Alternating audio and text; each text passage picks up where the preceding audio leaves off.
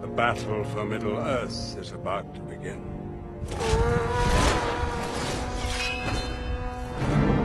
So it begins.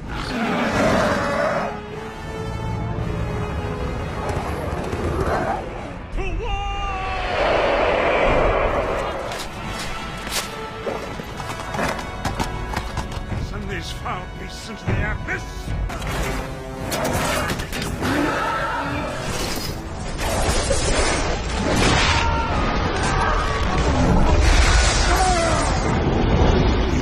It's my power.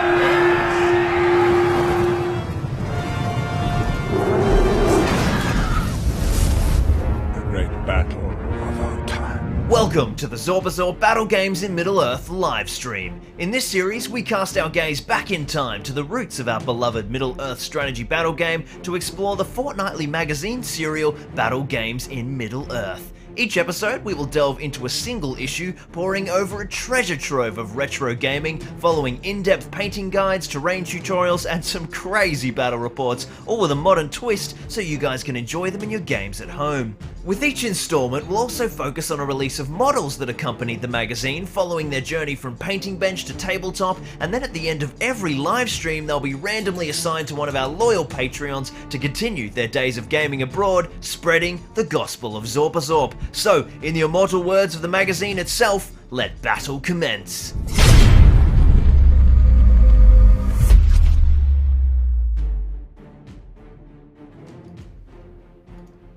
Welcome to Zorpazorp Gaming, my name's Lachlan Linton Keane, and welcome to the 15th installment of the Battle Games in Middle-earth live stream series. Welcome to everyone who's joining us for the first time, and welcome back to everyone who's joining us once again. We've got a pretty special episode today, I suppose.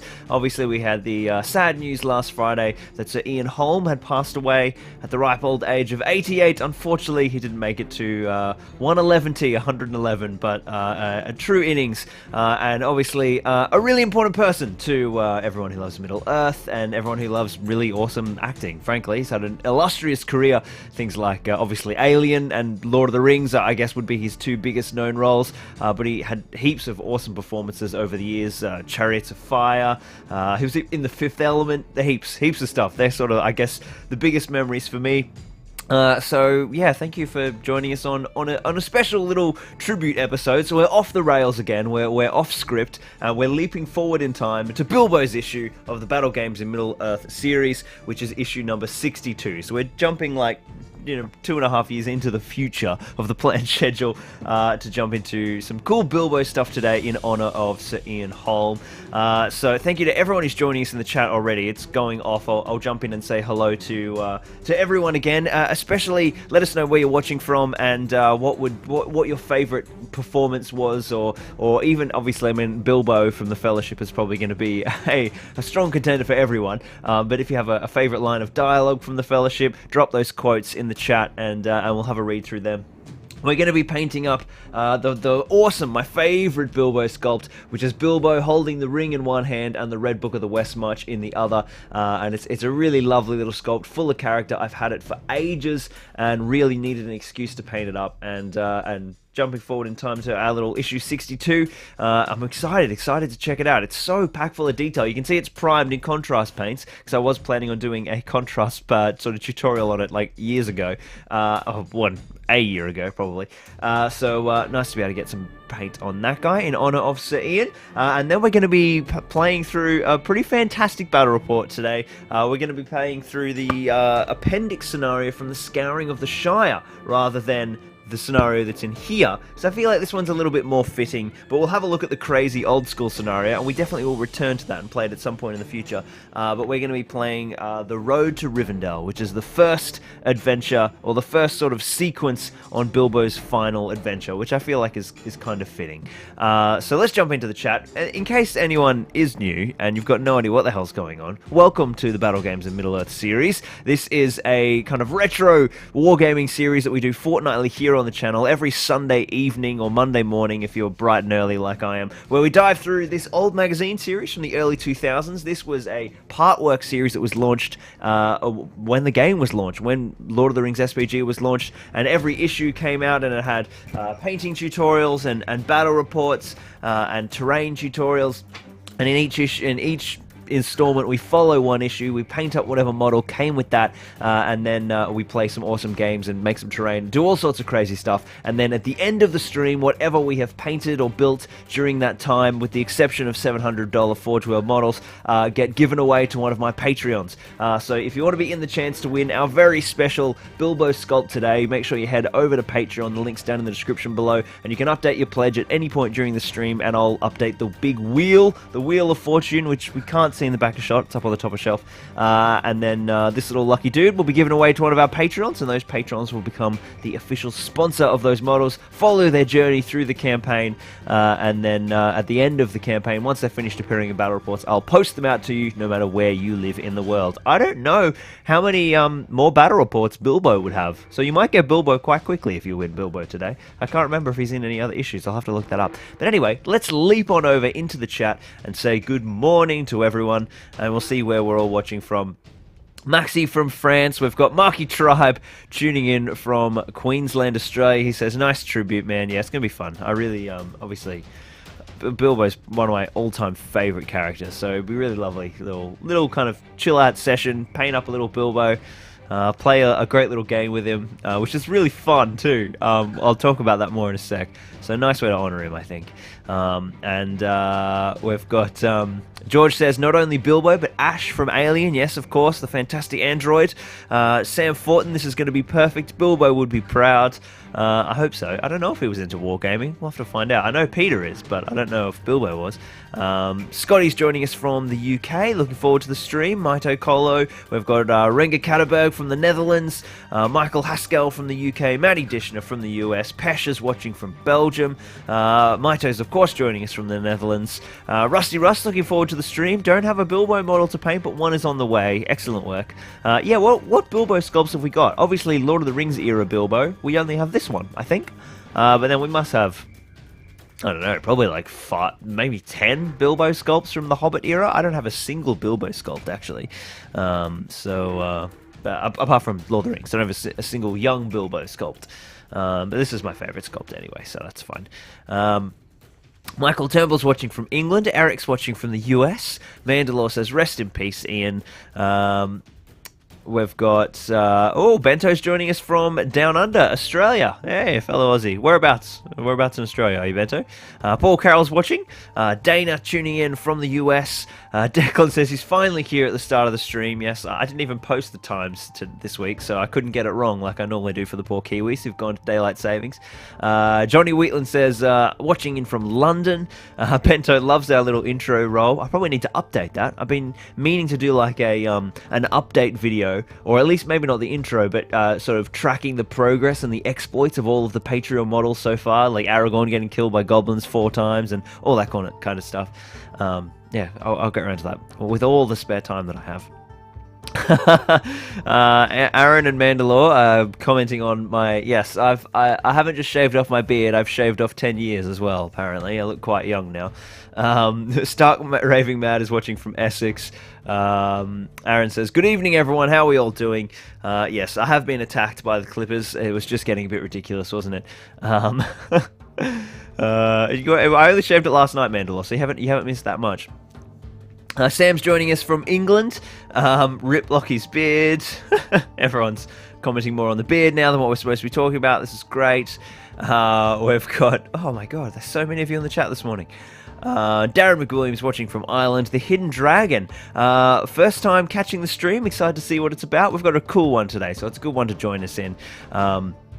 Tom Lehner says, greetings from Luxembourg. Everyone should read Peter Jackson's post about Ian Holm, says Tom Lehner. Yeah, Peter posted a note to his public Facebook page, which is really, really special. We might have a look at it. We might read some of it at some point. It's really, really lovely. Declan points out very, very appropriately that he was also amazing as Frodo Baggins in the BBC radio play in the 1980s of Lord of the Rings, obviously, which is actually something I have never listened to. Apparently, you can still find the files online, but I've never listened to it, and apparently he's phenomenal. So definitely something we should all check out.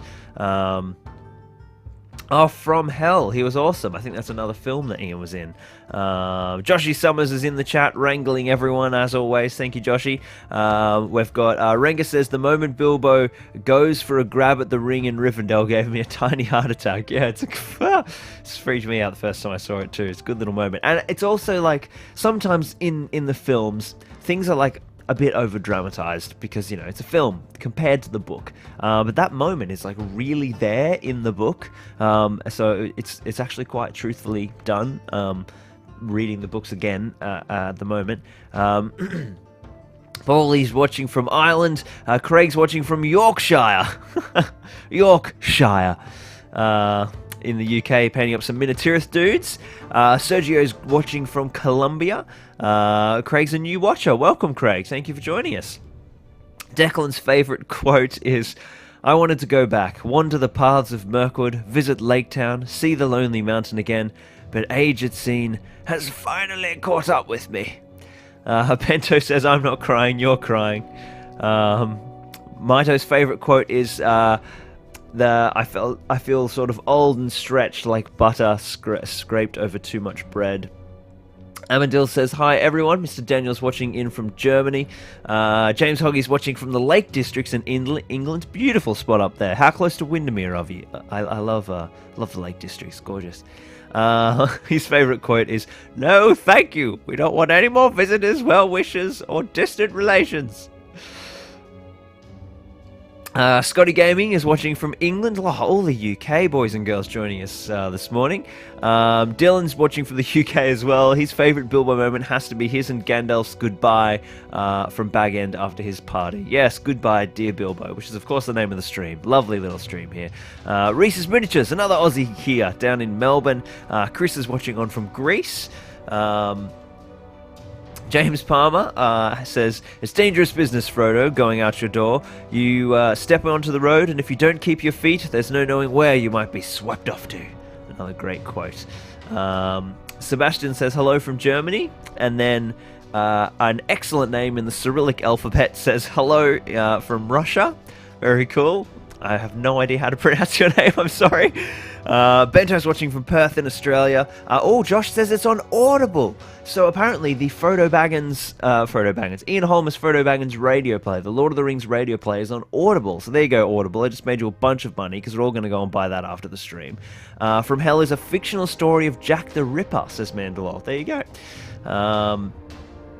And apparently it's also still on YouTube, says Darren McWilliams, if you don't feel like paying for things on Audible. Matty Hogg is watching from Sherwood Forest. Very nice. Niklaus from Greece. Joshy Summers says, there is a post on the community Facebook page where we can share our projects we're working on during the stream. So over on the Zorpazorp Facebook page, Joshy has put up the thread, and all of us working on our Bilbos or whatever models we're working on, throw a big post up and chuck whatever you're working on. Put a photo up at the start, and then we'll have it and chuck another photo up at the end, and we can see how much progress we've all made over the stream. Samuel Cynthia's favorite quote is, "This is going to be a night to remember." Yeah, very cool. Paul Carroll did get called out twice, and I noticed you aimed for a third time, Paul, and I didn't fall for it. So yeah, I'm all over you. You can't fool me twice. Wait, you can fool me twice, but you can't fool me thrice. George says, I especially like the bit where Bilbo is a scientist in Alien. Yeah, it was awesome. His performance in Alien is wicked. Cool. All right. Well, that's everything caught up in the chat. So yes, today we are painting Sir Bilbo. We've got a pretty cool little paint guide, actually. We're at issue 62 now, so the paint guides are getting pretty significant. And then there's a really awesome retro scenario in this magazine that we'll have a look at, as well as they start to do some cool campaign stuff. It's actually really nice diving into these future issues, because the issues at the start, they're very much aimed at beginners, and the content's very basic.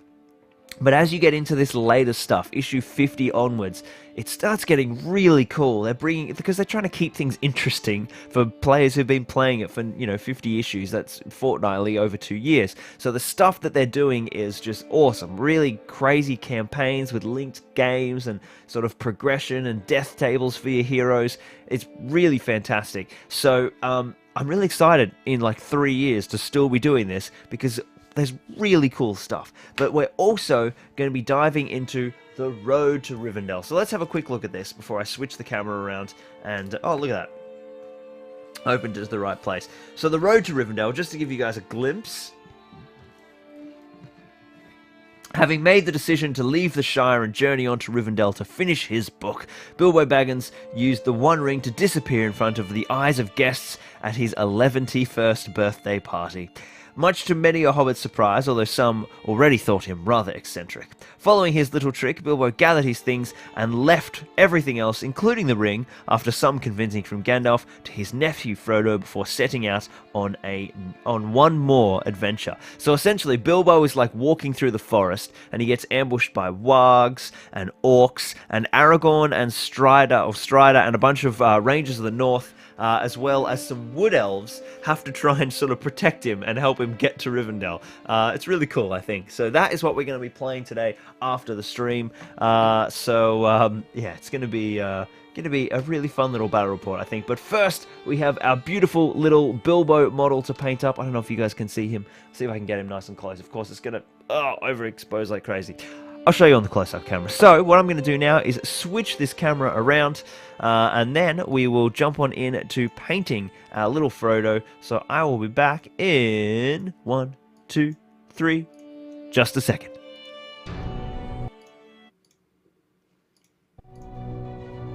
Take 2. There we go.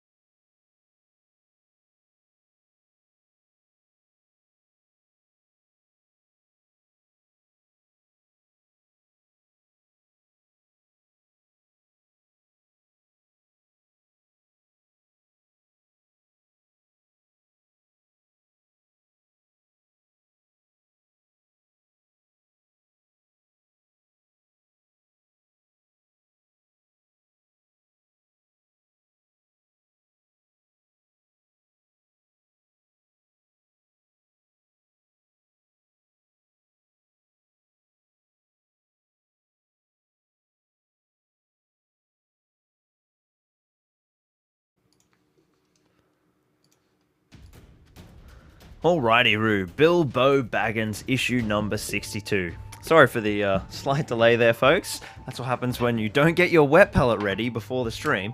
Let's dive in and have a look at what we're going to be checking out, or what's at least in this issue. We've got some pretty cool stuff. Let's see what they say about Bilbo. Unlike most hobbits who are content with the simple life of home and hearth, Bilbo Baggins developed a taste for adventure. It was on his journeys with the wizard Gandalf that he had the fateful encounter with Gollum and the Ring of Power. He is a gentleman of the Shire. There's some interesting stuff here, actually. Bilbo has become a hobbit of renown within the borders of the Shire. His eccentricities the subject of much gossip and speculation. Bilbo himself elaborates things further with wild tales involving trolls and dragons, whether these tales are true or not. The good people of Hobbiton know him freely consort with wizards, dwarves, and other such undesirables. Despite all this, Bilbo is even regarded as a gentleman of the Shire, and the many friends and relatives graciously accept the invitation to attend his birthday party. However, the party also hides a secret purpose. Bilbo is leaving for another adventure. He gives all his belongings to his favourite nephew Frodo, including the magical ring he claimed from the creature Gollum, never suspecting it was Sauron's legendary Ring of Power. In this pack's playing the game, we conclude not only the first section of our Lord of the Rings campaign, which we'll have a look in a sec, but we also present the Ambush in Hobbiton scenario, where the dreaded ringwraiths interrupt Bilbo's birthday party. Yeah, it's basically, they do like, you know what this magazine series is like, it's always crazy what-if scenarios, where they're trying to contrive reasons for us to be playing games. So some pretty cool stuff. We'll have a look at a little Shire scenario. But one thing that's really cool that we'll touch on in a future episode is they start to bring out some linked campaigns. So this is a couple of scenarios called the Fellowship Breaks, or the scenarios are crossing the Silver Lode. And you play some of the Arm on Hen scenarios, and they kind of create some campaign stages between. By sort of linking scenarios so that you can play things together. And I think that's going to be really useful as we move forward in the series, because we can have some really interesting campaigns and different things that run across episodes. So this particular campaign is like a Fellowship of the Ring campaign, where you start off in the Shire and you have to get Frodo to Rivendell, and then when you get to Rivendell you get to select your own fellowship. So you get to choose 9 companions, and they have sort of they have like classes, whereas like you have to choose one that's a guide, and you can choose from like Gandalf and Elrond and blah blah blah, and then you can choose 3 warriors, and you can choose out of, you know, not just Legolas, Aragorn and Gimli and Boromir or whatever, but also, you know, Glorfindel and all these kinds of things. And then if the heroes die in scenarios, they actually die. And then when you get to Lothlorien, you can recruit more, you get given new equipment with the gifts of the elves, and it has all these really cool campaign rules. So I think this is some interesting stuff to really dive into in future. We can see here they've got, you know, this is sort of the last third of that campaign, where we touch on Lothlorien, and then Arm on Hen. And then we have the really cool retro scenario. Now, the reason we're not playing this today is I think the other scenario we have is a little more thematically appropriate, which we'll have a look at in a sec. And also, I don't have any of my Shire terrain built. So we wouldn't be able to do Ambush in Hobbiton without any Hobbit holes, of course.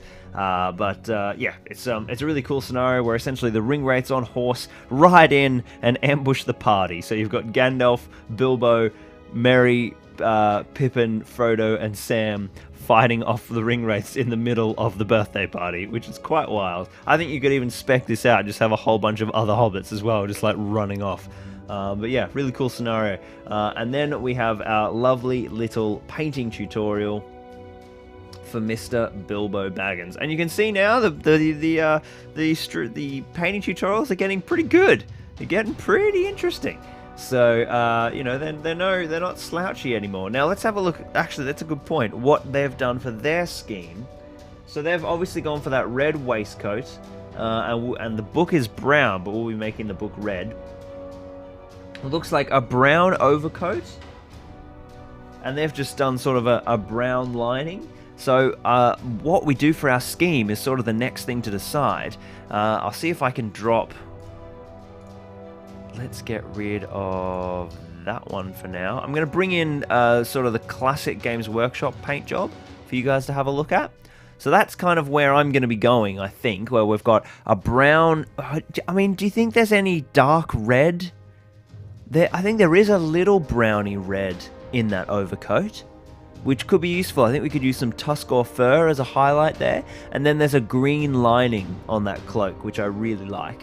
So we'll do the browny red overcoat with the green lining, and then a really lovely, rich, vibrant red waistcoat with the gold buttons. There's a little neckerchief in there, which is also a greeny tone. And then we've got the Red Book of the West March. And then those pants look to be like a dark grey. Yeah, I think they're a dark grey. And then obviously we don't have to paint any shoes. Isn't that the best thing about painting hobbits? Who likes painting shoes? So that's sort of the aim I'm going to be going for with my Bilbo. Let me know if you're painting up a Bilbo in the chat as well. Let me swing on back to the chat. And I'll come and check in with everyone before I grab all my paints. Well, where the hell was I up to? Oh, Joshy also said to say, just search Facebook Zorpazorp on Facebook to find the group. There's also a link in the description too, and he's on standby to approve new member requests. So if you're new to the stream and you want to join the Facebook group and post photos of what you're painting along with us, Joshy is all over that. Because he's just a lad. Alright, James Palmer's joining us from the UK. Mac Attack watching from New York. Dirk Siebencoat is in, watching from Germany. He says, hello everyone, sorry for being late. I mean, look, we'll forgive you this one time, Dirk, but, tardiness. What did I miss? Just, me rambling on and getting us into it, that's all. Nothing too much exciting. Declan says, Ash is a goddamn hobbit. We've got Mitocolo says that he's never watched Alien. Definitely worth checking it out. ODST says, hey man, I'm watching from Nottingham in the UK. You lucky gentleman. My favourite Bilbo moment is the lovely scene between Gandalf and Bilbo before the party smoke. Yeah, a night to remember. It's a really lovely little scene. James Hogg says he's 20 minutes north of Windermere in the heart of the lakes. Beautiful, beautiful spot. Larissa and I still go on and on about the vegetarian Sunday roast that they did at the Windermere pub. It was so good. So good. We've got... everyone's saying hello to each other. Big chaps watching from Manchester in the UK. North Lincolnshire in the UK for Deep Red. James Palmer says, is there any news on when Warhammer World is reopening? I haven't heard of at all. Obviously the factory's back up and running now. Games Workshop are open. But nothing on Warhammer World itself. Matty Hogg says it might be July 4th. Which is not too... Oh my god, it's the 22nd of June. What happened to June? That is racing along. Muesliman, greetings from the Netherlands. Big chap Peter Jackson says... Peter Jackson's eulogy was amazing. Yeah, it really was. Daystro says... Houstonian, greetings. The list of paints required has all the old school names. Yeah, let's have a look at that, actually. What have we got? There's... dark green ink, graveyard earth, brown ink, black ink, terracotta, blood red, red ink, vomit brown, scab red, and dark flesh. Some absolute classics there. Yes, Declan says, oh, Lockie, you know I'm painting Bilbo. Have a look at the photo on the Facebook group, guys. Declan should have put a photo up.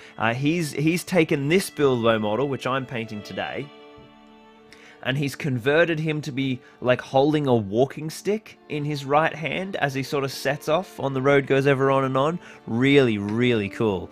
A really fantastic conversion there. Aaron says he'll be painting his classic Bilbo. He started on Friday with the GBHL podcast and only got the base colours done. Yes, of course, on Friday night, GBHL did their own little Bilbo tribute stream, which was an awesome idea, so I had to steal it and move on and do it up here as well. And I really wanted to paint Bilbo, frankly. I was waiting as I wanted to paint it for a Hobbit Hole diorama. Now I'm going to have to make that as well. Yes, indeed. Dirk says, sorry for being late. We'll forgive you. Just this once. Inomir says, greetings from Poland. We've got Leviathan, greetings from Austria. I'm going to complete some Armor Hen terrain. Very cool. Definitely post some photos up when you finish. Big Chap says, Windermere is the nicest place on Earth outside Hobbiton. Yeah, it's quite beautiful. My Joshy Summer says his local store is open in Northeast England, so hopefully not too long for Warhammer World. All right, let's jump into painting, I think. So I need to grab my wet palette. We'll keep this open for now. We might have a look at how they've done some of their layers. Now you'll notice he is primed with contrast primer, so sort of really only because I've got that primed in contrast primer, I'm going to put down at least one contrast paint. So this is going to be like a pull the paints out as I need them situation because I'm not organised.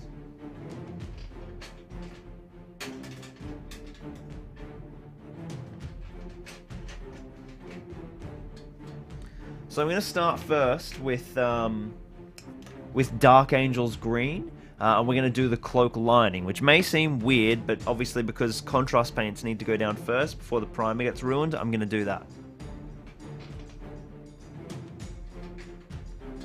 Alright, brushes acquired. Let's swing on over. I'm going to put my glasses on, which will be a good start. I'm going to get this mic around here. I'll put the volume up a little bit. Let me know if you guys can still hear me nicely there. Now let's have a look at what they've done on their cloak. I don't think they've done a green lining, so we won't bother looking at their directions just yet. We're not going to need the wet palette either. I've got a few paints there for some highlights and things. So we'll probably put down some Dark Angel's contrast, let that dry, do a highlight. Geez, this needs a real shake. Look at that. Do a highlight with some Warpstone Glow mixed with Caliban Green, and then we'll do a wash in Null Oil to really push deeper into the recesses if we need to. If the contrast paint doesn't do enough, I'm just going to shake the crap out of this. Nearly there. This is the thing with these contrast paints. I never use them while they've got this lighter pigment separation, because unless they're shaken properly, they sort of don't mix well on the model. They don't do all their sexy contrast pooling action, which is a problem. So we want to make sure that they're happening. M-Chan is joining us from Ireland. Welcome. Gingerous Maximus, I think that says. Watching from the UK. He says g'day from the UK. Very appropriate. Alright, that looks pretty mixed now. That's better. So, I'm going to grab my not so nice brush, not my fine detail brush. We'll get you out of the way.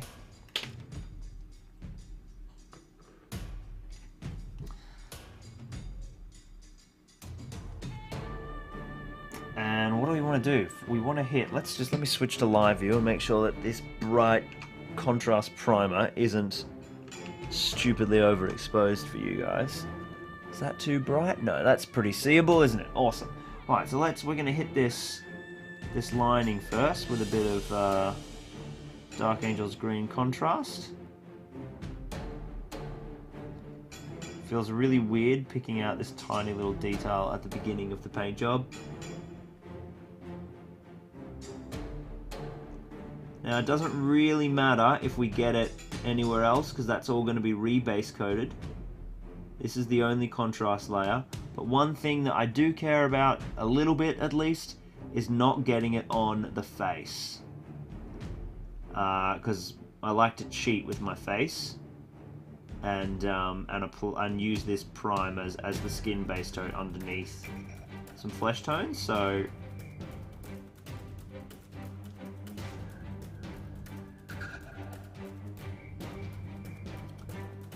yeah, look at that. So that continues all the way down there. A little bit of collar.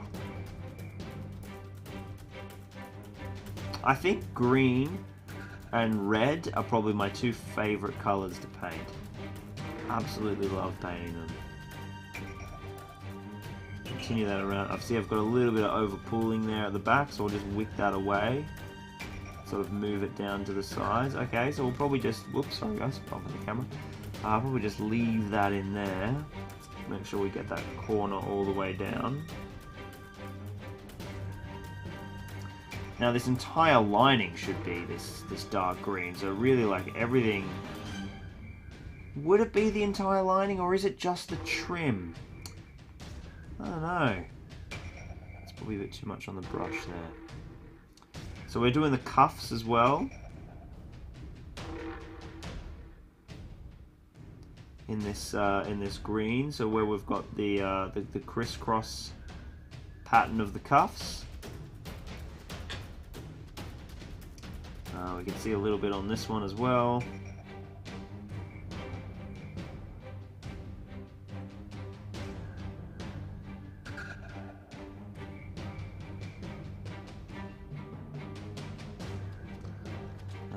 Yeah, it's certainly... It always dries like a little darker than you think it's going to.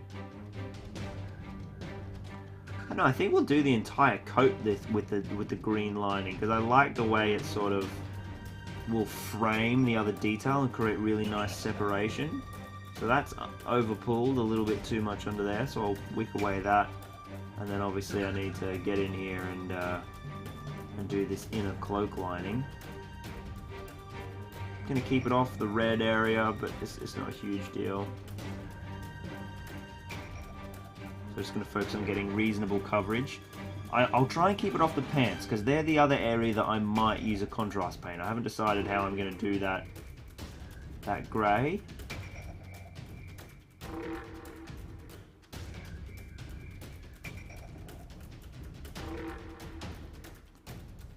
So that green has sort of wrapped around a little bit there, but that's okay. I don't mind. I'll clean that up when I'm doing the brown highlight. Oh, this is a tricky spot to see.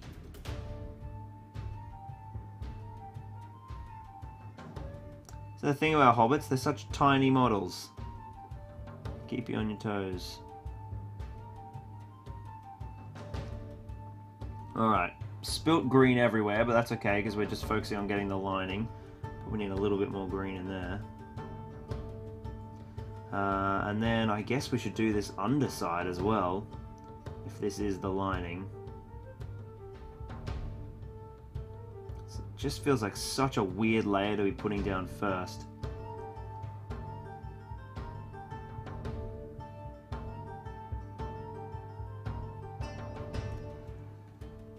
So I think what we'll do is we'll finish the cloak now. Get that green in there as much as I can. Nice. Alright, so that is our darker green down. Obviously we need to let contrasts sort of fully dry before we mess with them. I think that's all of the green that we need. Oh yeah, this is good. So what's going to move on next? So we'll do potentially some little highlights, just to kind of pick that off. It's going to be, I mean, it's such a fine crisscross pattern.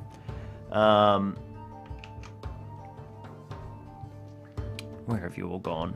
Where's my stream? There you are. Yeah, it's such a fine pattern. Jesus, some mold lines on this guy that I should have removed. Oh well, Bilbo, we'll make them look like cloak folds now. And maybe we might do contrast on the hair as well, but we'll get to that at a later stage. There is a little neckerchief that we wanted to make green as well, actually, which I had forgotten. So let's put a Dark Angels green base coat on that as well.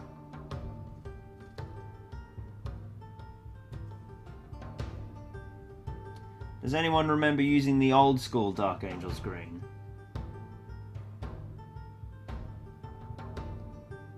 That would have been a green that was around in the era of these magazines.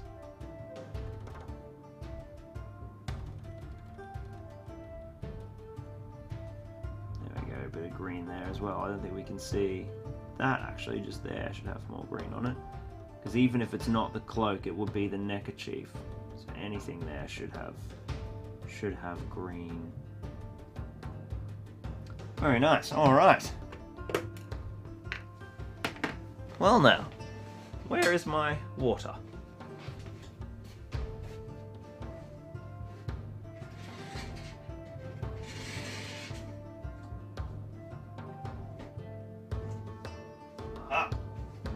Here's some I prepared earlier. I don't know where on earth my water mug has gone. This is some water that I keep around for making washes, which will do the trick.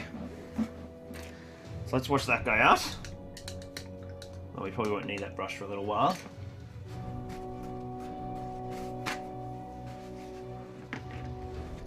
So, I'm tempted to go to the red next, and work sort of inside out, because often that's a really good way to work, is to sort of paint the way you put on your clothes. So put the layers that are on the bottom first. So we could start with our red cloak, which is the most sort of awkwardly lined, and then that'll let us know any kind of areas that need to be cleaned up. So what I'm going to do there is my kind of triple highlight system to get a lovely, vibrant, bright red. I'm going to bring in my wet palette. I'm going to grab some scarlet red from Vallejo, which feels pretty well shaken. Chuck a little bit of that on the palette.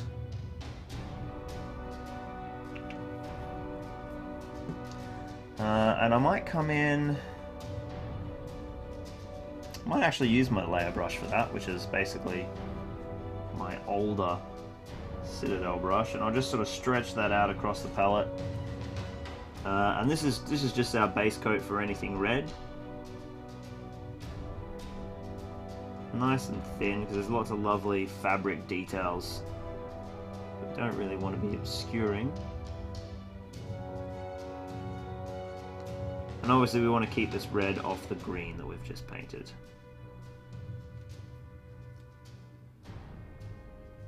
It's quite fun painting over these bright primes, because you get really vibrant colours straight off the bat. Actually, I'm going to switch up to my more finer detail brush.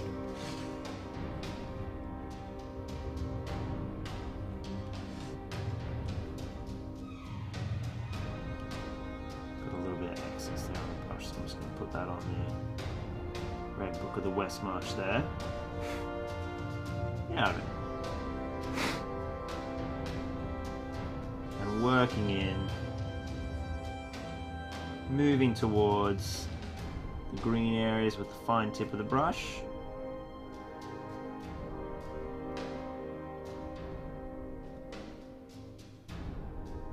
So as this contrast has dried, there's been a little bit of separation as always, so I will have to touch up some of those edges. Alright, that's our red looking really nice. I really love painting reds. I bang on about it a lot, but I do love red. Red and green, man. Getting the undersides of some of these layers is proving slightly tricky.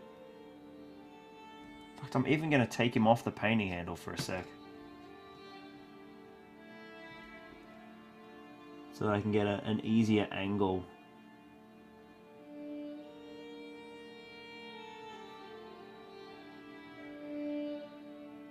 On this underside.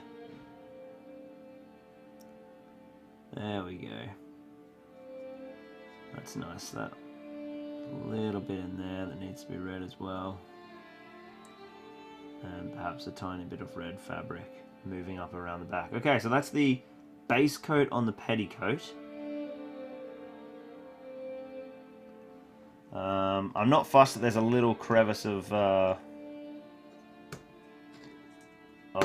primer between the green and the red layer. I can fix that up in a bit.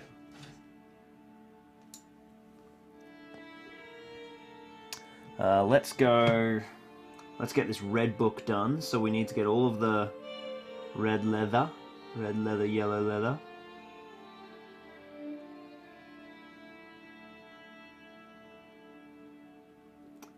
So there's obviously his fingers here that I want to avoid, but then everything else is pretty good.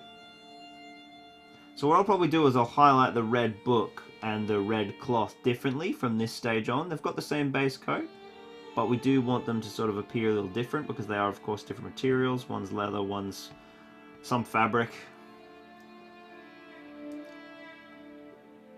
a weave of something or other. Ah, man, these Vallejo paints are so lovely. They just thin down really easily, just literally on a palette. Like, I haven't put any medium down.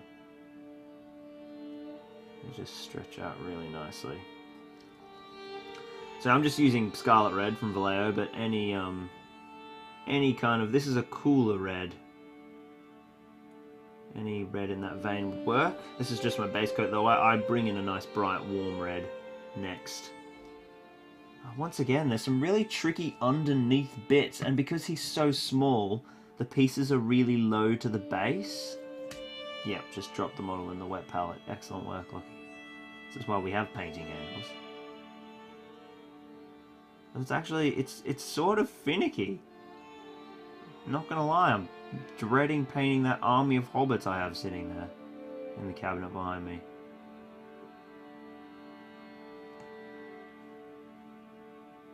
Alright, I think that's an even red. All over everything. Get those. I mean, I'll have to clean up those book pages at some point.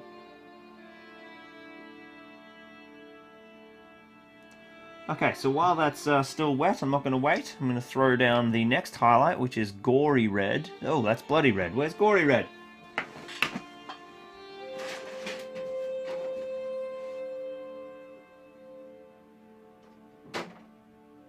Gory red, where are you? One thing I do like about the Vallejo range is that all of the Vallejo current colours are just rip-offs of the original Citadel line. So this gory red is red gore, this charred brown is scorched brown, scarlet red is whatever scarlet red was. I don't know, scarlet red might be a new Vallejo colour, but... So, as someone who grew up painting in, you know, all the Vallejo, the Games Workshop paints of the bygone era, all the Vallejo paints are very, very tonally similar, which is very intentional, I'm sure. So I'm going to come in with this warm red, and we're basically just going to do a layer over all of this. I might leave some of the scarlet in like the deepest recesses, but mostly I'm going to put bright red all over to warm it up. And this is naturally a really, really thin paint. It's not particularly thick, which means it will blend really nicely. See, look how warm and vibrant that's getting now. I think I'll do this to the red book as well, then maybe the red book can have like a little dry brush on the end that will sort of make it more leathery.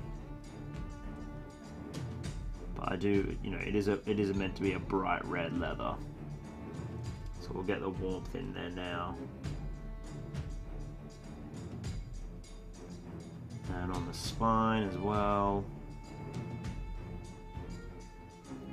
These edges. Okay, so that's pretty good. I might need a little bit more on the book.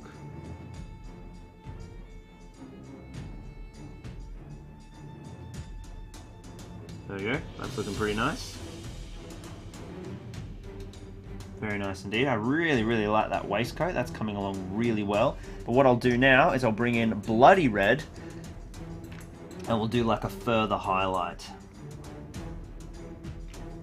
Wet blending, just mixing straight in on the model. I'm not even going to wash my brush out. Grab some bloody red. And now I'm just proper highlighting. So we're going to edge highlight the fabrics.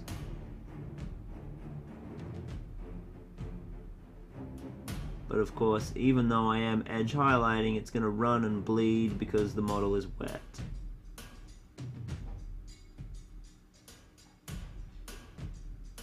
Going to do a little highlight down the center here.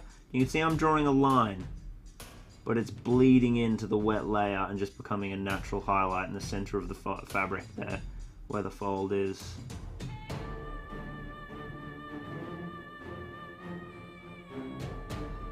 There we go, that brightens that up a little bit. Do we want to do that on the book as well? I'm actually going to. Really think the bright highlight will help these edges get a bit more defined.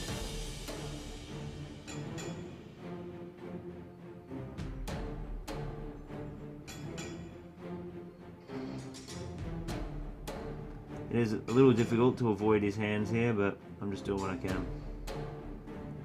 And I'll give a little definition to the spine as well.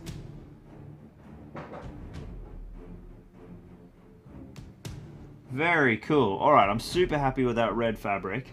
So now that that's down, we can sort of see areas that need to be cleaned up in terms of the green base coat. So still using my fine detail brush now. I'm going to come back in with my contrast paint and not get any on the red. I'm going to stress that. Josh says, do you find that Vallejo Bloody Red dries really glossy? Yes, a little bit, but I matte varnish everything afterwards anyway, so I don't get too worried about it.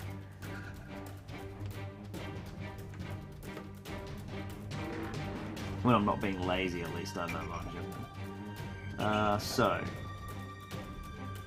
I was originally leaving a little bit of this green rim white so that I could put the brown base coat, but I decided the whole lining is green, so that's why that is so obviously left. Just gently bringing in a little bit of that green contrast to kind of clean up any bits of fabric that should have been green. Okay, that's looking better. Might darken up that neckerchief a little bit, get a little bit more saturation there. And then that can all be brown, that can all be brown. There's another tiny bit in there. Oh, painting the inside of deep folds is really tricky.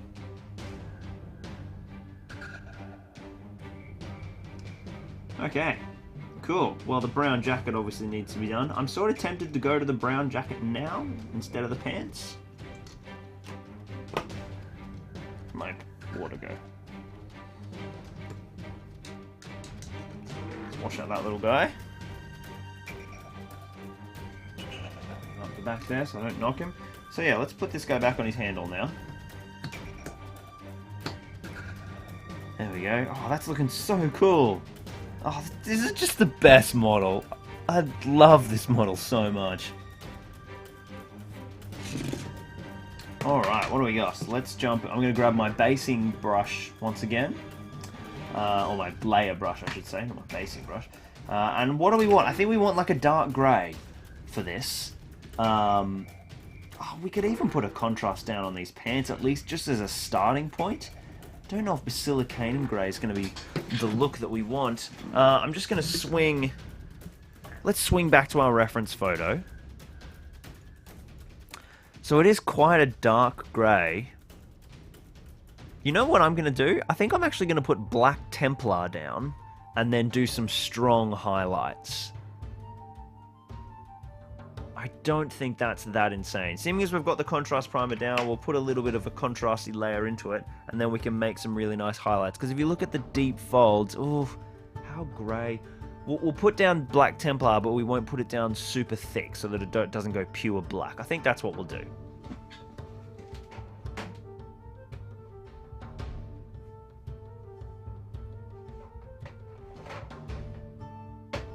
Otherwise, our other option is to use Basilicanum Grey, but I feel like that's too light. So, you know, that's obviously that Basilicanum Grey is separated at the moment, but you can see that it is a lot lighter. It's going to give these both a shake. Tell you what we might do is we might mix up a little blend. Which is just, it's also a nice way to sort of show you guys how you don't have to be limited by the pot colors, particularly for these contrast paints. There we go, that's almost fully separated, or fully mixed rather, not fully separated. We don't want fully separated, that will be bad.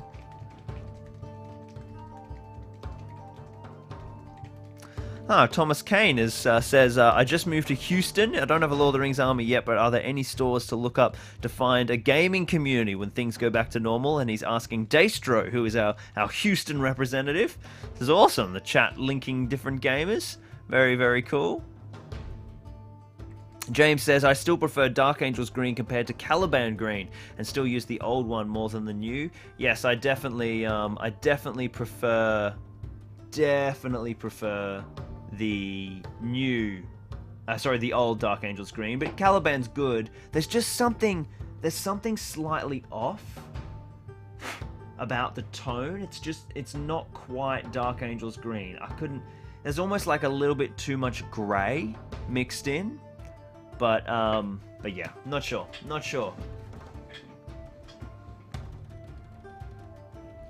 Alright, switching microphone back up and moving away. So, let's jump into... What we're going to do is we're going to mix up a little profile of Black Templar and Basilicanum Grey. I nearly mixed in Dark Angel's Green then, which is not what we want. So, let's grab... here, we'll grab this little dumping brush. I'm actually going to do this on the palette. Just a little bit of Basilicanum Grey. I probably do actually need a bit, don't I? Because I'm putting it down on these pants. Oh, that's probably enough. So Basilicanum Grey is down, and then I'll grab a little bit of Black Templar. Not really worried about mixing those two paints in the pot. You can see just how subtly different those look. I'm gonna mix them together. So that will have darkened both of those, and then to really help that sell, I'm going to take off as much of that paint as I can with my layer brush. There we go. I'm just going to put a little bit of contrast medium, which is so useful for contrast paints. The medium, it's just, yeah, almost always worth thinning things a little bit. I probably should have thinned the Dark Angel's Green just a tad. So I'm just coming in with basically like half a brush full of medium just to mix through into that mix. There we go. So that should be just a little bit lighter. Just a little bit lighter than our kind of standard Black Templar. Let's have a look. Perfect. That is exactly what we want. So let's get that nice and evenly everywhere. In fact, that's quite light. We may... Well, I mean, what we can do, obviously, is we can do multiple coats. Yeah, you can really see how well that's worked. That's almost thinned it too much.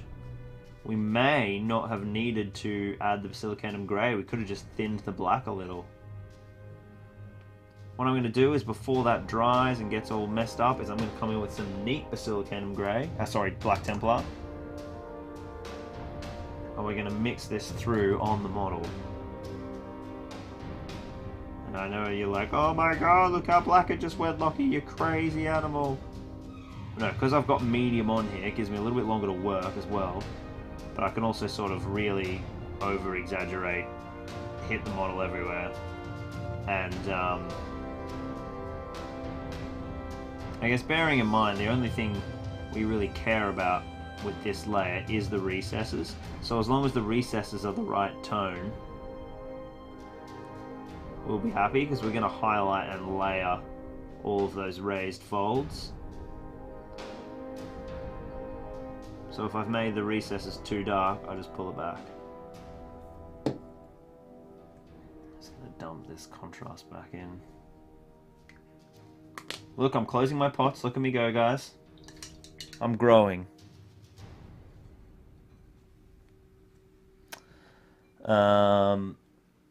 Let's just pull out a little bit of that huge recess there. I don't really find that shouldn't be that deep. Now you shouldn't mess with your contrast paints too much. They do start to look stupid, but I'm really conscious of like hectic overpooling, because these cloak folds are so nicely sculpted. So I'm just pulling away anything that's ridiculous, and then blotting that. I hope you guys can see that. Let me switch to live and see if I've been making a fool. Oh no, that's in shot. What am I worried about? Perhaps I could go in. Perhaps I could zoom in a little. Maybe I will. So if I just keep my hand like that, let me know if I'm going in and out of shot there, but I think that might give you guys a little bit more of a closer look at things. So I think that's looking pretty good. I think we'll Probably leave that. He says, bringing more paint in, but I just noticed a spot that I missed. See, that's what I mean. There's like a brutal, brutal dark highlight in there. But yeah, I'm happy with that grey now. That's good. Another section that I've missed there. Trying to avoid the feet, and it's making me leave areas untouched. It's not what we want. Cool. Okay, so that's that grey base coat down for the pants. We'll do some highlighting and stuff with that at a later date. Let's get onto our browns. We're switching out of contrast mode again. We're going to go to charred brown, just the classic dark brown, scorched brown base coat. Throw that down in the palette.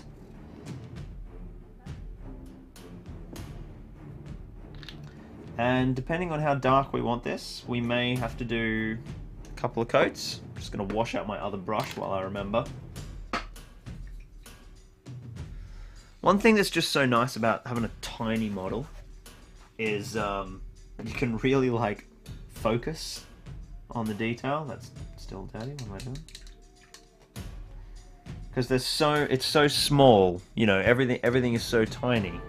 You can really take your time, and for the same amount of time, you're putting so much more effort into, you know, effort per square inch of model. If we look at the formula. Alright, so I'm just going to get this brown down everywhere. Which, honestly, this may need a little bit of thinner.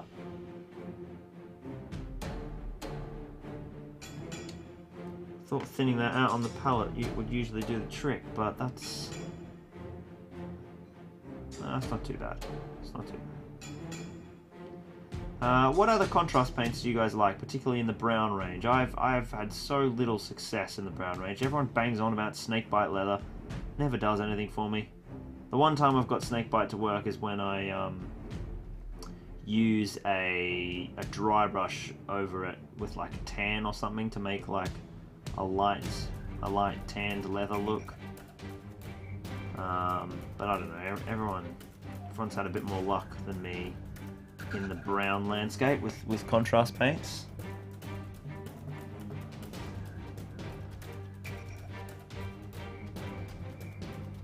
Alright, get that brown in right up underneath that green area, right up onto the lip.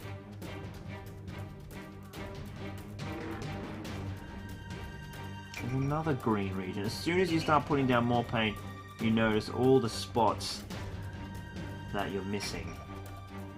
It's like, oh yep, I've definitely got all the green, put down some brown. Oh, all of that was meant to be green.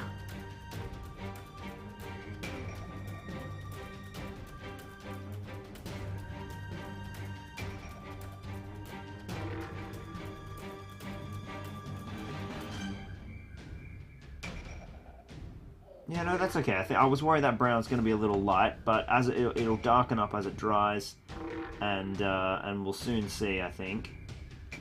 With a second coat, that'll get us, you know, right in the brown region that we're after. So that there, should that be brown? I think that should be brown. Just the very edge of the cuff there. I'm going to switch to my fine detail brush now. And what we're going to do is there's like a line of outer brown around the green trim.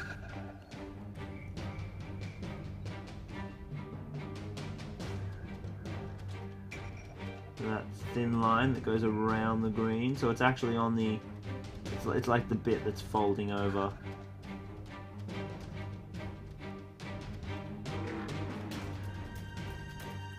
It's the same on the cuff. Obviously it's not on the proper cuff side.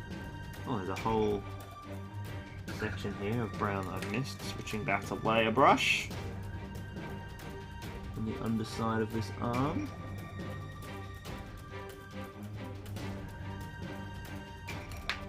So this layer is just about blocking out colour, and then in the second layer it's about evening the tone and creating a basis for the wet blended highlight.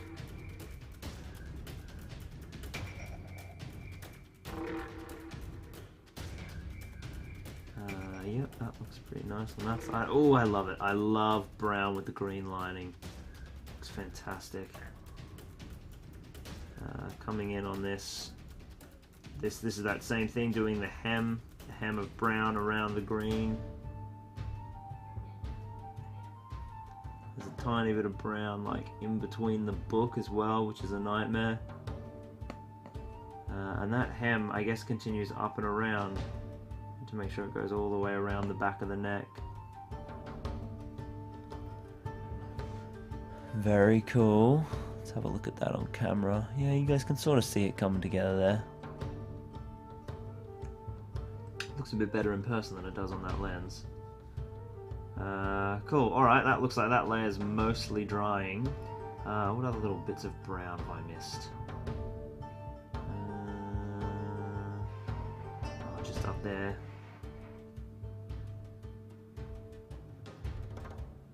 Underneath the arm.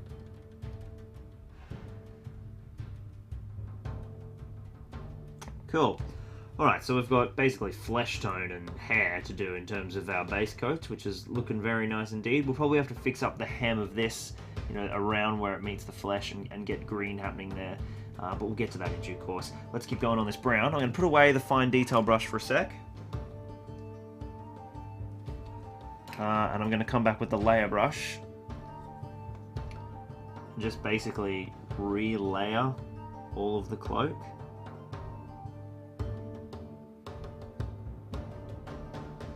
To get a bit more of a solid base coat. You can see that's much more even now that there's a bit of brown underneath it. 2 thin layers. We've got a lovely solid colour. Although, if it is, you know, sort of thinned out and a little bit of the prime comes through on the highlights, I mean, you don't really mind that, because it's sort of like doing what a contrast paint does, really. Giving you a bit of that natural highlight.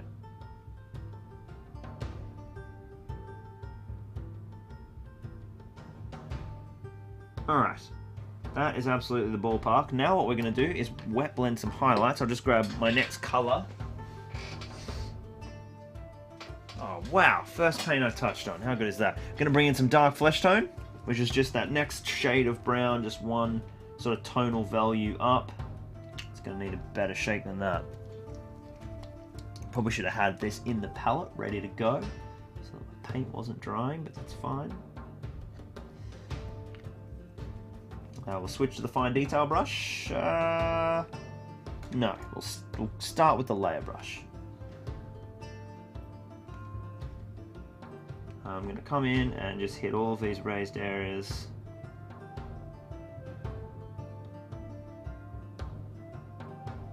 Working into the wet paint. There's so many nice raised bits of cloth. Anywhere you see like a kind of firmer edge of cloth. The reason I'm using the broader brush here is because I'm not trying to put like really fine edged highlights. I'm trying to just create some patches of lighter brown, not lines.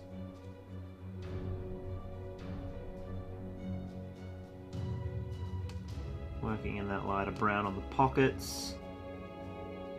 I need a bit more paint on the brush. All the folds.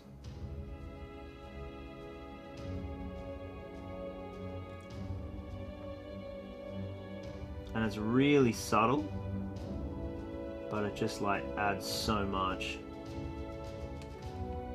to the brown. It's going across the back of the shoulders. There's a little bend of fabric there.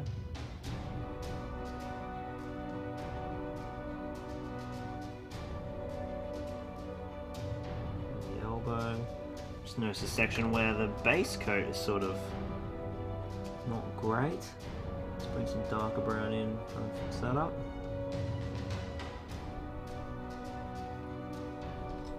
Oh yeah, that coat's looking pretty cool.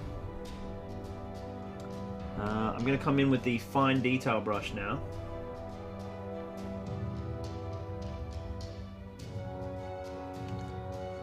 And just make sure that I've got... I'm just going to sort of edge highlight the pockets. And the thing with this brown is the difference in colour is so subtle between this and the base coat. Even when you're edge highlighting, it's still really subtle.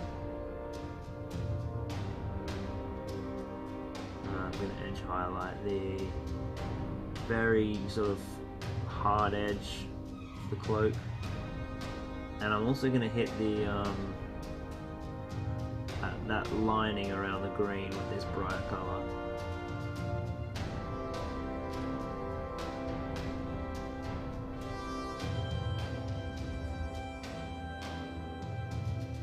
There's also some quite hard highlights on the shoulders.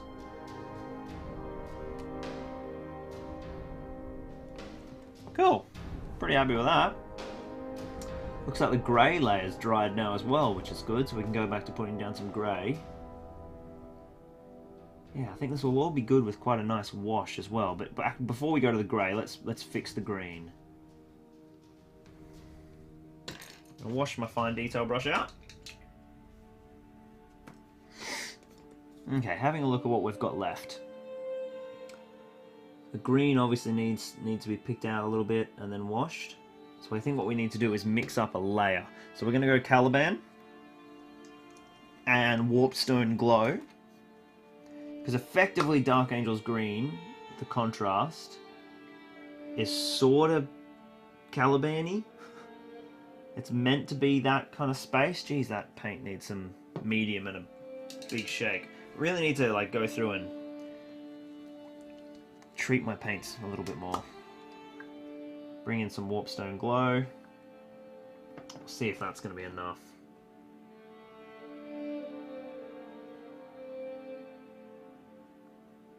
Yeah, I think that'll be enough for this little mid-tone highlight. I'm going to come in with my fine detail brush.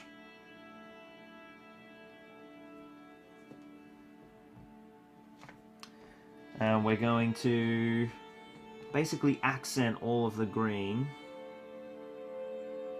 I'm not trying to paint the recesses, I'm just trying to drag it over the top. Even though I'm using a fine detail brush, I'm almost like over brushing with it. I will null oil it to kind of push it back and re-establish any recesses that I do lose. But like, I could go and individually pick out all of the little checks, but it's just a bit unnecessary.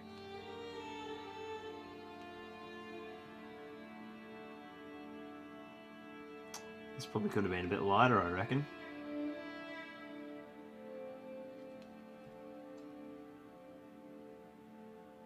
Especially as this is going to be washed. Probably could do being a shade or two lighter.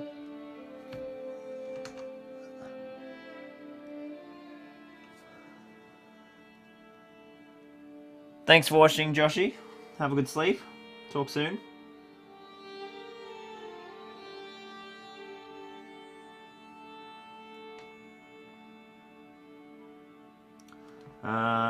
Maybe this isn't too dark. We'll see. Just basically layering it, trying not to push it into the recesses, but not worrying too much if it does. Yeah, I think I will do a lighter pass. I'm just going to put this down everywhere first. Making sure I get all the cuffs. I'm not worried if like the underside of the cuffs don't get a lot of this layer, because obviously we want them to be darker, you know, light. But any of these cuffs that are sort of really obviously exposed. Now this is a good layer for me to try and clean up some of these hems. So I can see a bunch of fabric that isn't skin that's still primer. So let's clean up these hems.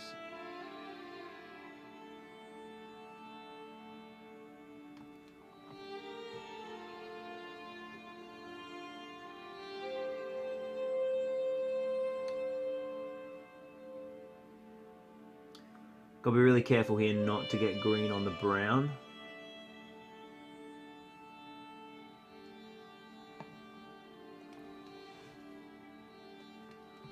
That would be terrible. Not repainting that.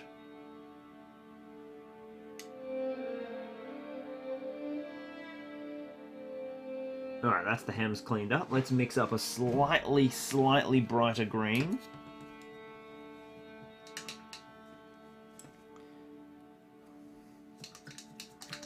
I'm just going to leave what's left down there. Just bring in some warpstone.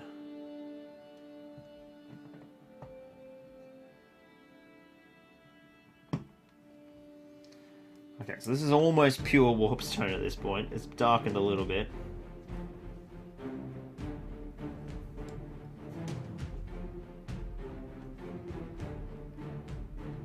See, this might be too bright.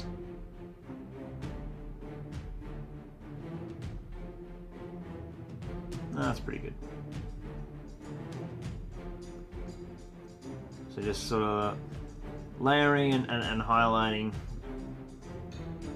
these little regions here.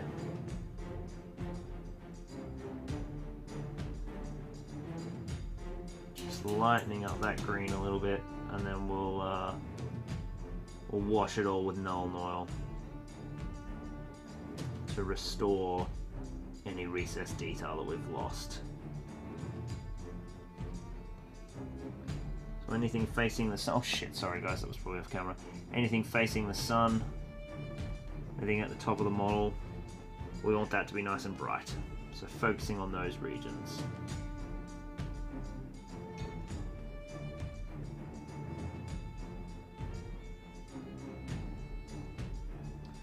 Alright, cool. That's our green done. That's our red done. Obviously, apart from washes. Well, I don't think the red's going to need one. The red fabric looks fantastic. The brown's still drying. We'll have to wait and see how that goes. That may need a further highlight in a lighter brown. Time for our greys, I think. So, we're liking where that is. It's almost quite light. We might work in a nice grey highlight to create a little bit more contrast, and then we'll push it all back with a Nuln Oil wash when we do our washing stage. So let's grab some. Let's grab greys.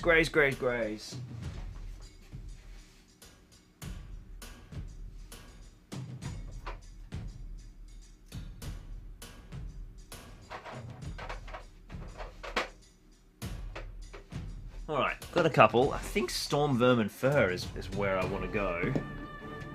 Want something in that sort of dark space. We'll give that a little run. Let's wash my brush out first.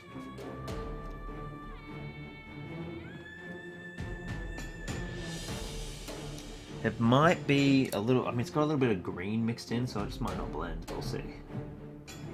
See what we can do. Oh no, it looks pretty good.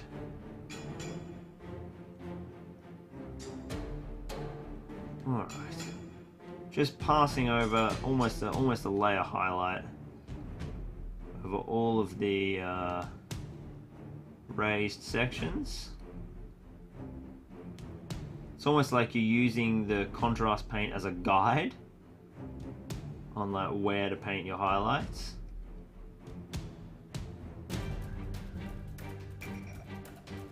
But I'm sort of toning back some of the matte effect of the contrast paint.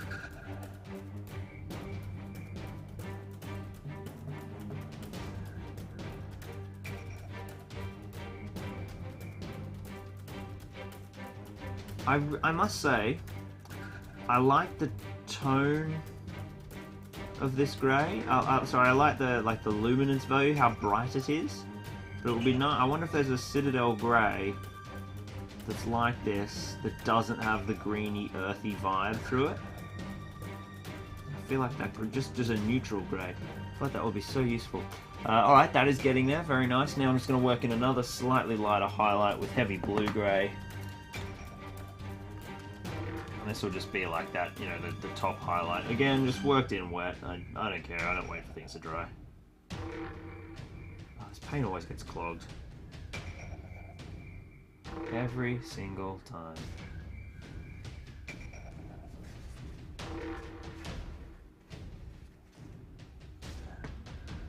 One of the downsides of dropper bottles. They can clog up, but it's better this happening than your entire paint pot drying up, I guess. Alright, so that's our heavy blue grey, which is quite light compared to the Storm Vermin Fur. Might need my other brush for this, we'll see how we go. Oh, that's wicked light, man. We need to blend those colours together a bit. Gonna bring in some storm vermin fur. Did I use the right grey then? Is that heavy blue grey? Goodness me, that's... It is. It's just a bit lighter than I expected. Gonna grab some storm vermin fur and mix them together.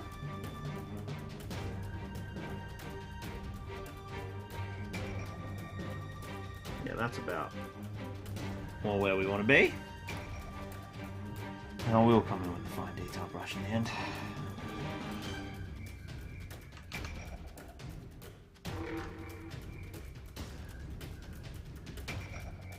Let's fix that up.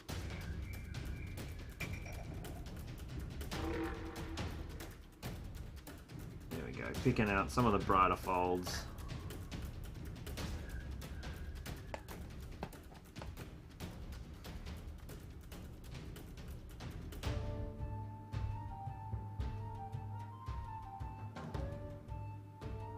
Just with a subtle little highlight.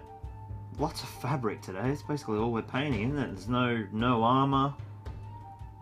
Just different styles of fabric. Browns, reds, greens.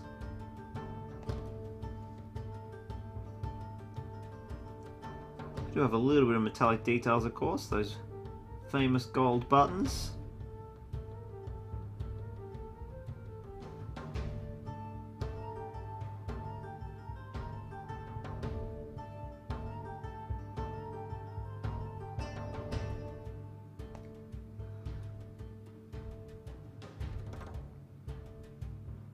Putting in a few little streaks here and there just to create some detail.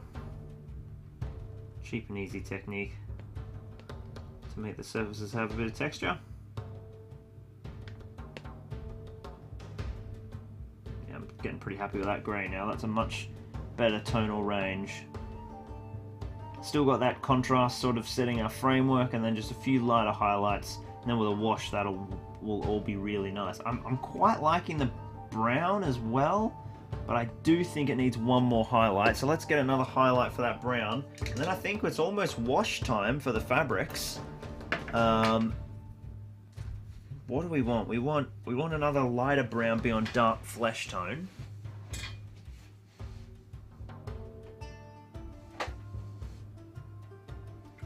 Probably tan. Or tan might be useful for the leather on the book.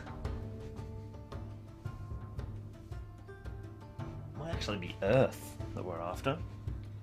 Let's have a look at the difference between earth and tan. They're very close colours. Very close. I'm going to go tan. Tan feels more fabric-y. What I might do is mix tan into a little bit of dark flesh tone to make the next highlight. Because it's sort of a sandier, lighter tan, and we're looking for more of that sort of just slightly lighter brown.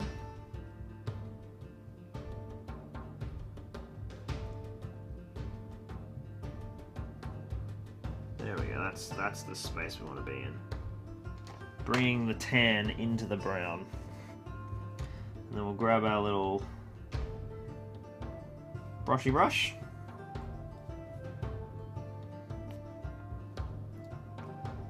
We just want to hit the hardest edges, you know, following the lining of the pocket.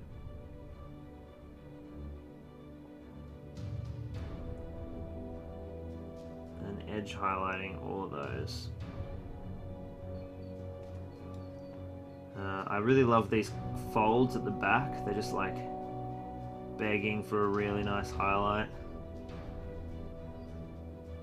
And the sort of cloth accents on the shoulders.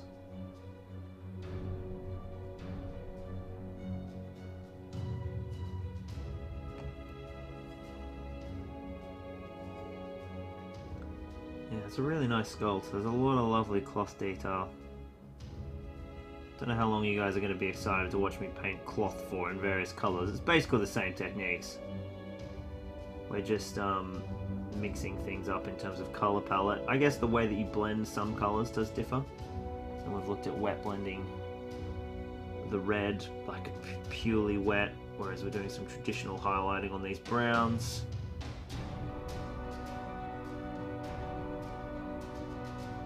That looks really nice. I don't actually think the brown is going to need a wash at all. I think it's going to look nice. Natural highlighting, just the green and the grey. Going to need the highlights. Going to need the wash. Sorry. We'll either keep hitting that. We'll hit that a bit more. Oh, it's looking really nice. See if I can bring that in for you guys to have a little look. Sharp. Stay sharp on my hand. Looking very cool, I think. Any more highlights for that brown? Just a touch. No, I think that's pretty good. We got enough there, Maybe just a little more work on that arm in there. A little more work in here. There's some nice fabric folds that are just not getting the attention they deserve.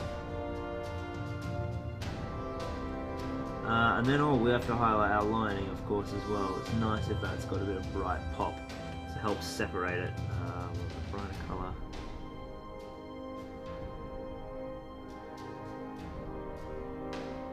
Pick out that bright lining. Bright edging, I guess it is more than lining. Oh, I tell you what we didn't do, is we didn't pick out the neckerchief in the green. Just going to come back with my bright green.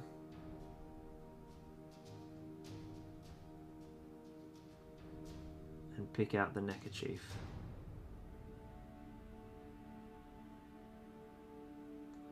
Cool, that'll look a bit better when it's washed. I just needed some brighter colour in there. Okay, so let's let that greeny element we just put down dry. What I might do is what do we want to do for the red leather on the thing there? It looks pretty solid. I quite like it. It's not. I didn't give it the blood as like a big blood red layer highlight, and doesn't have as much gory red on it, so it's sort of like slightly darker, and I think that's enough variation. Let's grab some Nuln Oil, folks, because it's wash time. Gonna give my Nuln a really good shake, and I might swing back over in the chat.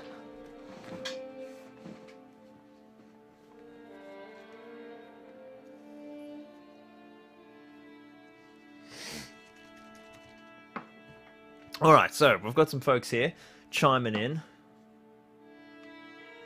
Go wide for a sec.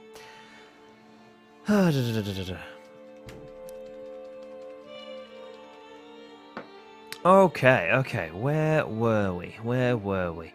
Caliban has a real lightish, weird hue about it. It's annoying, says Marky T. Yes, I agree. Yeah, Dark Angels, it was the original Dark Angels green was really nice and dark, and Caliban's, it's got a lightness to it. And it also, I find something really weird about Caliban. It paints differently. Like the way it looks out of the pot is like quite weirdly different to how it looks on the model.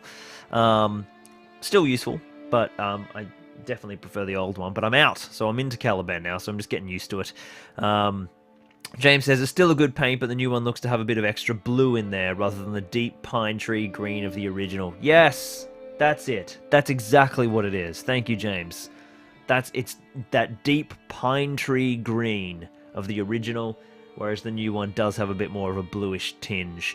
Nuln Oil wash after your first highlight, says Josh. Yeah, that's what we'll do. Johnny says, bedtime comes around too soon. Grumble, grumble. Cheers for the great stream, Lockie. We'll watch the rest later. Have a great night, guys. Thank you for tuning in, Johnny. See you in your future. Aaron says, I actually find the small scale of the Hobbits easier to paint for some reason. That was, yeah. So, yeah, I know what you mean, Aaron, because, like, there's so much less of them. I was sort of talking about that before. The, like, effort per square inch of model is greatly increased because every model is so much smaller. You, like, spend a bit more effort on that bits of fabric. Obviously, the flip side of that is that you often have much more of them, or many more of the hobbits to paint. He says, by the way, Lockie, you had a hobbit army waiting to go. When was this acquired? When Scouring of the Shire was released? Yeah, I mean, I picked up a massive hobbit army intending to paint up everything to get it ready for Scouring of the Shire so that we could do those battle reports, but they never ended up getting filmed because of a bunch of stuff coming up, basically. And they will be at some point. We're gonna do something pretty special for it. Seeming as we didn't get it done sort of on time, we're in no rush to get it done. I can do it right when I want to do it and do it properly. So it's gonna be. I really love Scouring of the Shire, so I can't wait to do those scenarios at some point. Darren says, well done, I'm proud of you, bud. Closing your pots like a big boy. Yeah. Declan says Wildwood is good. Maito says Wildwood is good. Maddie says Gore Grunter is great for hair and fur. James says I use snakebite leather mainly for horses. I cannot make snakebite leather work for horses. I can't do it. I don't know what it is. Maybe I just got a bad pot. Yeah, so James says snakebite works well to pick out leather belts, straps, and other features. I use them on Uruk Scouts to break up all the wildwood leather. Yeah, I need to get this wildwood. I think everyone's going on about it. I also mix Gore Grunter with a bit of Black Templar for hair, says James, sort of darkening it a bit. Manny Dishner says wildwood as well. Michael Haskell says, I got some contrast paints just at the point of lockdown, intending to try them out, but haven't yet for one reason or another. But as I'm... WFH for 4 more months. Oh, working from home. I know the new acronyms. Working from home for 4 more months. I should at least still get a chance. Yeah, definitely. Big Chap says, lovely paintwork. My eyes are now at the point that I can't do this detail. Yeah, that's certainly something that often us painters and gamers have to face. Aging can impact our hobby a bit, which can be rough. Particularly eye conditions and stuff can be a bit tricky on the eyes, so you got to keep your eyes in good condition. I mean, it's my job, painting, editing, computer work, so keeping my eyes in good nick is important, which means I should probably go to the optometrist, because these glasses are clearly not the right thing anymore. But anyway, Larissa's been on me about it for weeks, and I still haven't done it, so I do as I say, not as I do.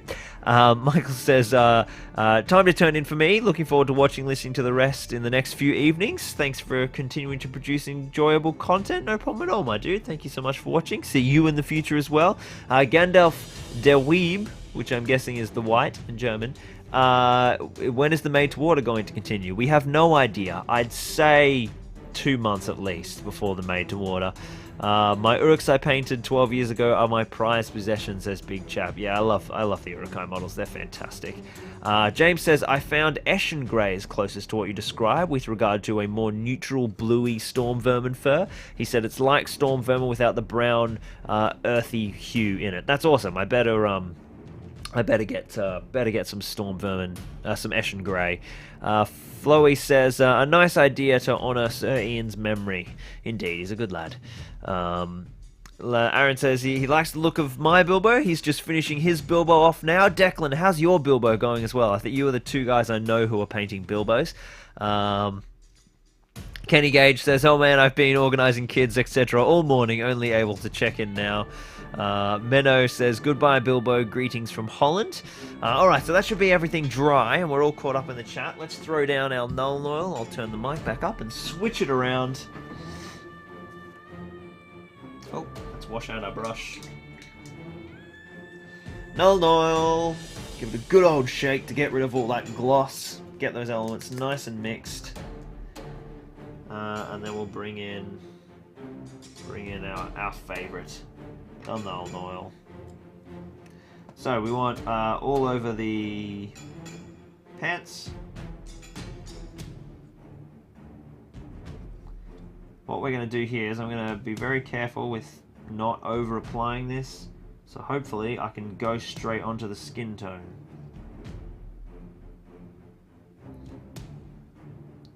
And then we also want to hit the green.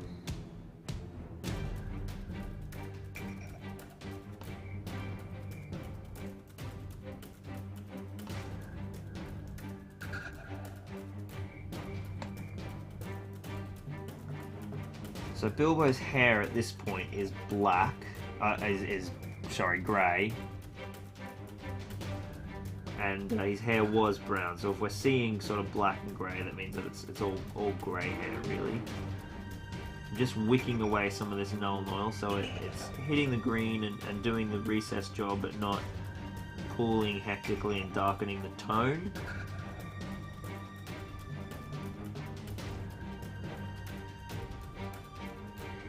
Very nice. I think that's the best we're going to get in terms of recess shading with the Nuln Oil. Looks pretty good. Might whip away a little bit of that Nuln Oil in the center there. It really wants to pool in that line between the two legs, which just doesn't look super realistic. And I'll put a little bit of Nuln Oil in there on the neckerchief to darken that down. That is looking awesome! God, I'm loving this model.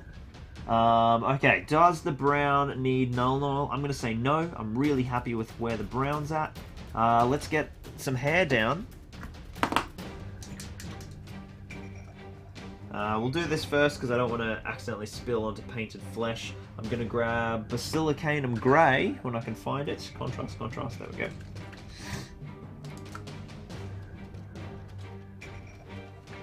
As we discovered with Gandalf a few streams ago, the Basilicanum Grey is a fantastic starting point for our hair, although we were going over grey last time, not Wraithbone. This does warm up the grey a little bit, which is not really what we want. May have to do a coat or two. Alright, getting the lovely hair there. All the way up to the hairline, but keeping it off the skin.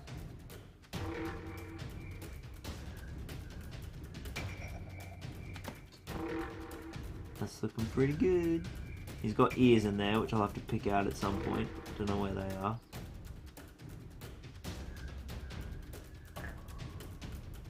That there is hair as well. Hair, hair, hair. Oh, special delivery. Oh. I have water arriving. Thank you kindly. Ooh, and food. Yummy, yummy. Look what I got. Some sort of hazelnut coconut bar. Excellent work. Thank you, food delivery service.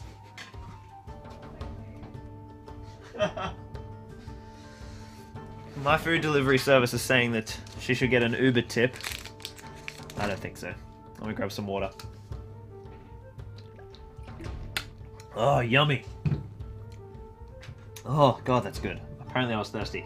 Alright, so, oh, wow, look at that. Literally in the time that Larissa brought in my food and drink, look how much that grey hair just darkened down as it dries. That is perfect. That's exactly what we want.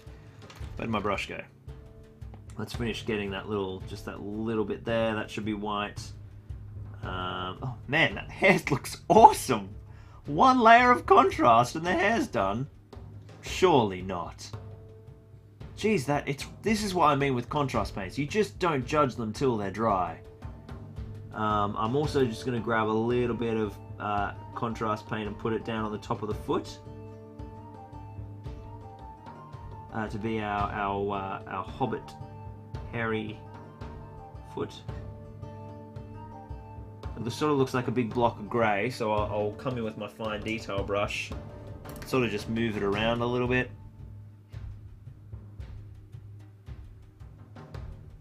So it's not as hardcore, but I mean that's fine, it'll all be blended with flesh. So let's clean up the white pages of the book.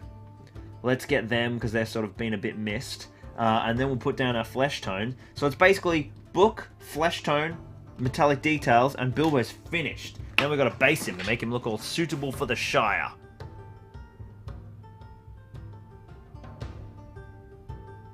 Oh god, yep, you're right. James said, I spy an open paint pot, and Kenny says it wouldn't be a Zorp stream if you didn't. Jeez, that was lucky. Okay, let me grab my, what are we doing? We want Kislev flesh and bone white for our flesh tones.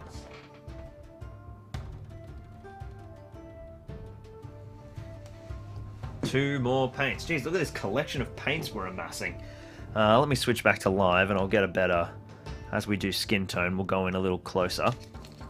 Let me open my bar, my paleo bar. flavour is this one? Yummy.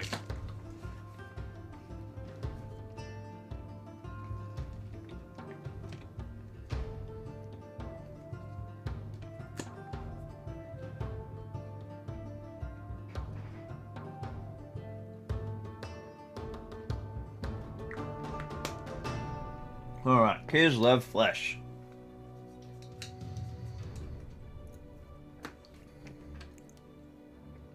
I'm going to go straight to fine detail brush. And I'm going to drag this out on the palette so it's nice and thin. Wait for focus, there we go.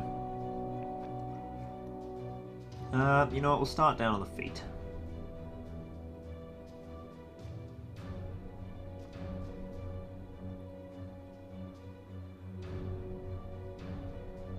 Just getting it nice and evenly. Kislev is quite a thick paint, so sometimes it is useful to just put in a little bit of medium. I'm managing to thin it out nice enough, at least for these feet, because I really, I've got a few bits of spilled contrast paint and black over the skin, so I don't mind the opacity down here because I need to cover those little errors up. We need the toes. And moving up around the hair. Alright, that's 1 foot. And a second foot. Bloody hate painting shoes. Just having flesh tone down here is so easy. It makes shoes look good. So I always don't know if, like, you know, to make them really nice and detailed and then draw the eye too much, drawing the model's eye to the feet, the viewer's eye to the feet, and just having them as some boring colour, really dull. Having a bit of flesh is quite fun. Alright, there's our feet base coat.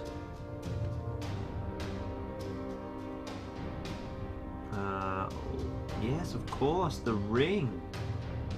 Forgot that was in his hand. I was like, what's that detail? What's that weird thing he's holding? Oh yeah, the one ring. Oh yeah, right. The whole thing these movies are about.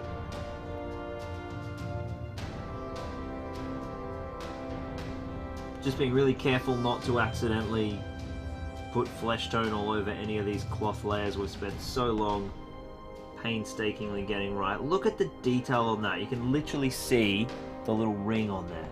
So cool. So cool. Now is that skin? I cannot see what's going on here, sorry.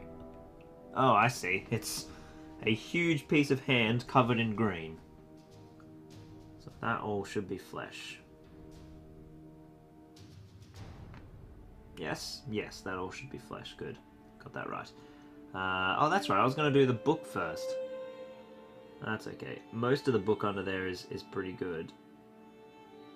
I'll pick out the fingers, and if I get them again with the book, then so be it. I'll fix it up.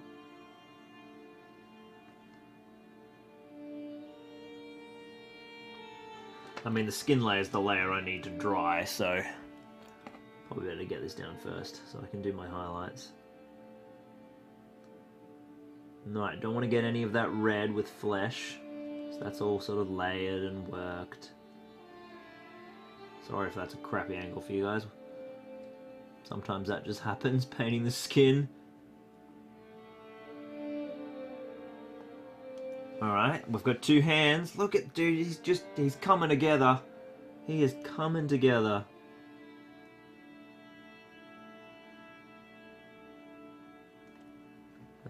We might need to thin this a bit now. We're getting away with it. Praise be to the wet palette. They are magical little things. No, I'm thinning it. Can't be bothered getting medium. Getting water.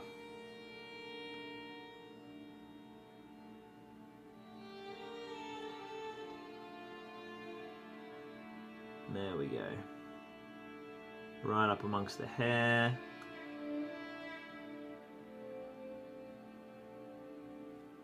There's one ear. You can see there, parting through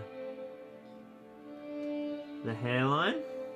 There's also a section of exposed neck, nestled above the neckerchief. I'm guessing that's an ear. Yes, there's another ear as well. Oh, what's ear and what's hair? God damn. Yeah. Okay, I'm going to bring that in close. See that tiny little ear there? Just in here. So that's an ear. And then that's an ear. I totally just took like a massive punt and just painted a random bit of hair. And it turned out to be the ear. So, you know, nailed it. Okay, so we'll let that flesh tone dry. I'll grab my white. Just get all the fingers. I'll grab my white.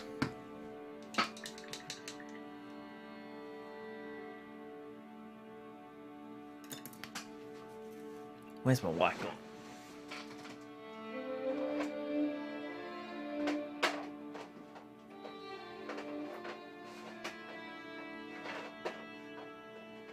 That's Praxetti white. Long bearded grey. White scar, there we go. And now I'll just do the book.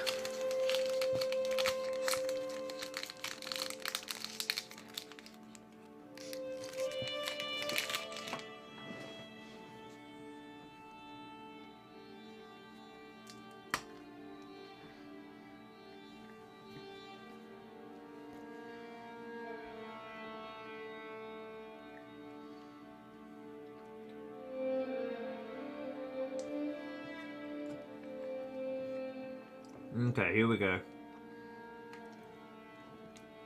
Just really carefully.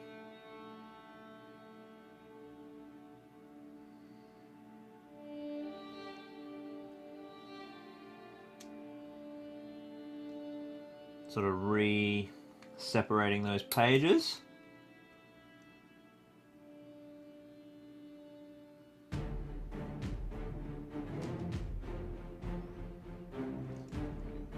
Very nice. That was good. We might give that a little wash as well, maybe with some Seraphim Sepia to just brown them up and create a little highlight. Let's have a little look at our reference image and we'll see what details are on that book. So yeah, we can see there's like a red ribbon. That's not all fingers and hand, which is what I thought when I was painting its skin. I was like, this isn't right. So we'll do a little highlight pass on that at the very end, I think.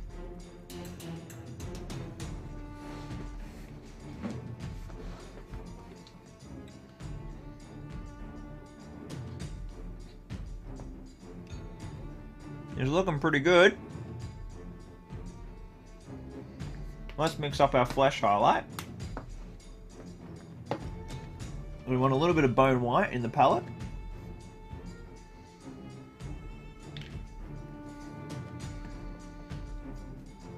And then we'll grab some Kislev flesh and we'll do a 50-50 blend.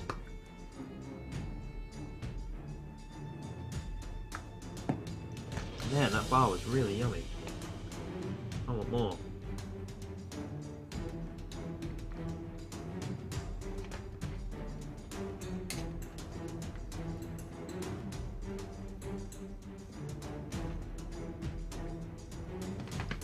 Alright. So now just coming in, hitting all the raised areas with this highlight. Across the tops of the ankle bones.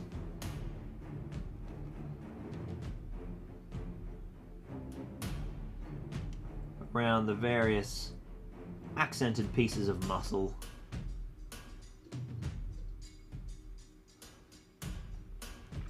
Oh man, it's quite fun. I used to hate painting skin. Oh shit. That was lucky. Just put flesh all over the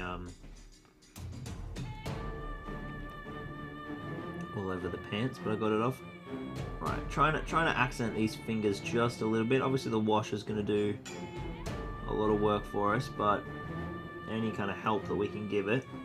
I'm even going to come in with some straight bone white just on these fingers. And I could use my magnifying glass right now.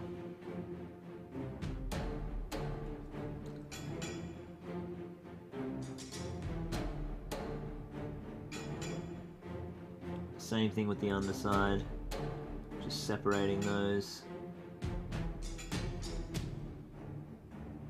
and picking and trying to just separate the fingers as much as I can. Oh, it's so hard to paint this so you guys can see, I'm sorry. Tiny little hand details are a nightmare for painting on camera. Alright, that's that stuff done. Now it's time for the real stuff. Alright, face. I always start with the nose because I know that it gets a highlight.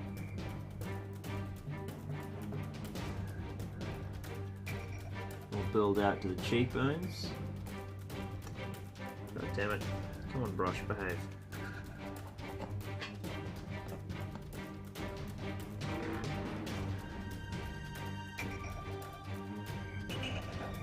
Cheekbones.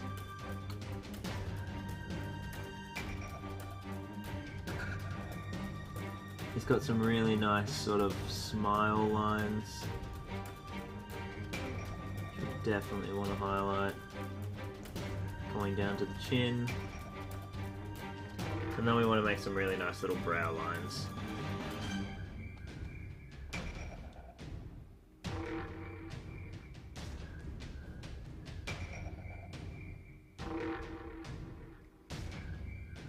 Some really nice brow lines working across Bilbo's huge forehead. Accent that jawline, moving up to the hairline. Follow the cheekbone to the hairline, then follow the jawline to the hairbone. There we go, that's looking really nice. Obviously we want to hit the ears. Give them a little highlight. Make them pop amongst all that hair. And then I'm going to come in with some straight bone white. Basically do the same thing again in a more reduced fashion. Hit the nose. Hit the cheekbones.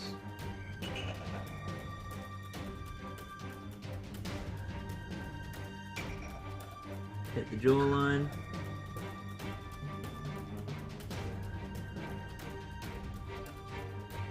A little strong, but anyway, it's down now. Add a few brow lines.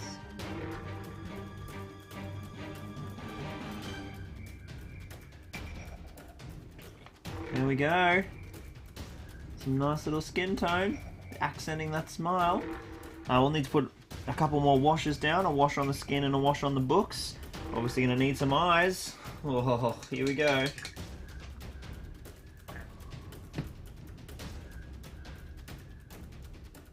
Form up that point and bust out the white.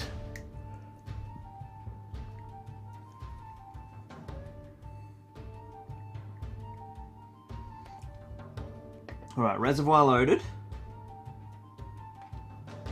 It's quite a fine point. Can you guys see that? I should be able to go in right close on this. If my hands are there, can you guys see? Yeah, alright. Time for you to all enjoy my misery.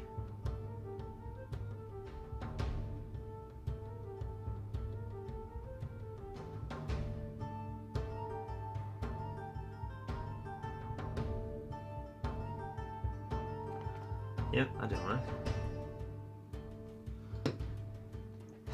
This brush is being a little finicky. Just check the size of the dot there. It looks alright. And eyeball. Fuck. That's like the classic statement of all wargamers. Time to paint my eyeball. Fuck. And I'll do this other little dude on this side. I cannot see a thing. Alright, I'm going from here.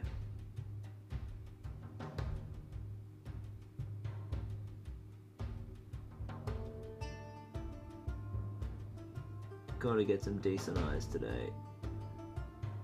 If it ever mattered.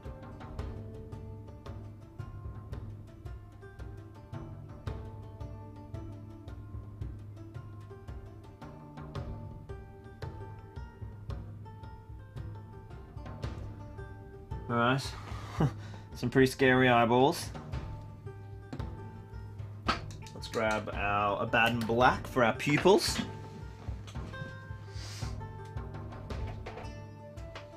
Dude, I'm killing it with ripping the paints out of the paint chest today.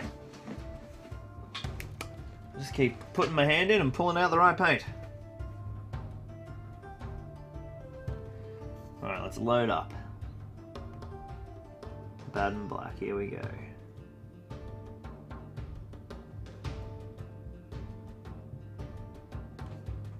I've got heaps of paint on the reservoir. Because I'm trying to thicken up the this brush is like not doing well at fine detail. Alright, it's almost like it's a layer brush that I'm trying to use for fine detail because it's just the best brush I have in terms of tip quality.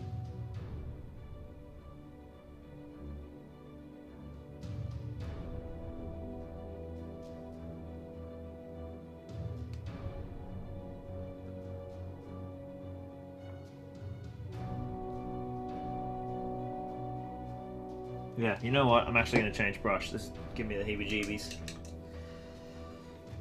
This is great at doing like lines. It sucks at dots. This is going to be tricky. What have we got brush-wise? There's this guy who might be more useful to us. Let's grab out Abaddon Black. Even though the brush is in worse condition, it has a broader head. It's Abaddon Black, it's not. Oh, I see, right. I see. It's Abaddon Black misbehaving. That's right, we discovered that on the last stream, that my Abaddon Black was in terrible condition.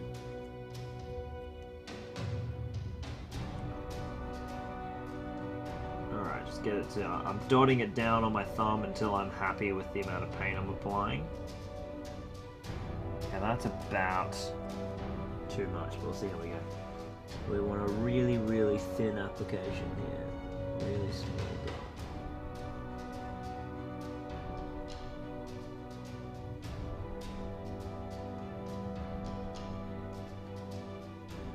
Close.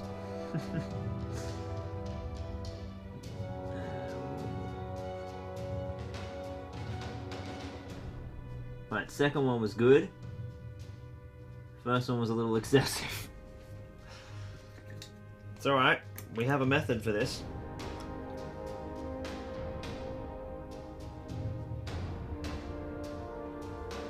Alright, brush that away with a little bit of wet brush. Then we'll jump back in. We're getting there, we're almost there, folks. I wouldn't normally try and get it this perfect, but I want Sir Ian, the incredible actor, to have nice eyes. It's a huge part of acting, so. Dotting that black down. Yep, happy with that. And then one tiny little dot on the center of the white.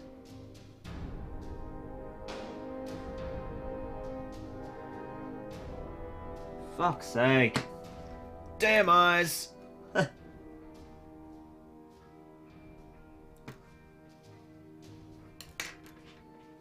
So close. Alright, that's almost done. Got it a bit better. I'm switching back to fine detail. I'm giving brushes are betraying me and they're getting fired and rehired. I think I was a little too harsh on my detail brush before. I think it was actually the Abaddon Black that was cooking us. Oh yeah, that's what it was. Alright, Last attempt. Oh, for fuck's sake, is my camera gone or something? Brilliant! The camera's been off for ages? Yeah, it's fixed. Okay.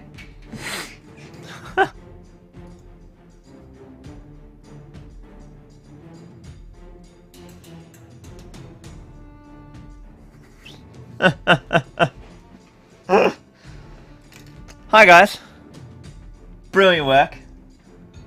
I must say, I'm impressed that the concurrent viewer count has not dropped at all. So you all love me so much that you're happy to just listen to me podcast style for 12 minutes. Don't worry, Kenny says we missed everything, lol. You missed nothing. You missed me fucking up on eyes for 12 minutes. So here we go. We have one eye on the left finished. Oh, hang on. Oh, come on, camera, behave for me. One eye on the left finished, and one eye on the right just a mess. So let's go one last try. I think this is the problem when you don't have, like, my bad and black is a mess, so the consistency of the paint is like a real problem. Because especially when you're doing eyes, you need it to be not too thin or it just flows into the entire thing. So I think what happened was Kenny messaged our gaming group chat, and then one of my mates, Josh, called Larissa, and that's how I found out the camera was off. Wouldn't it be good if I just paid attention to the friggin' chat? So funny. That's golden. All hail my Patreon, saving the day. This is one of the many benefits. If you join Tier 5, you get to try and fix my stream. Alright, one last little bit of black on this guy's eye.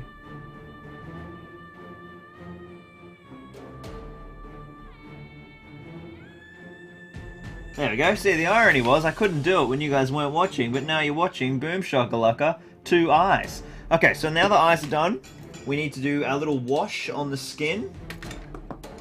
Boomity boomity boom. And we're going to do a little wash on the book. So I'm going to grab Seraphim Sepia. I'm feeling Seraphim Sepia.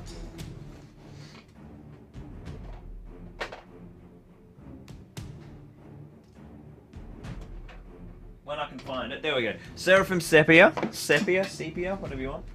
Take your pick. And, that's golden. And so I'm going to use that on the book pages, and then I've got my classic Reichland Flesh Shade for the skin tone.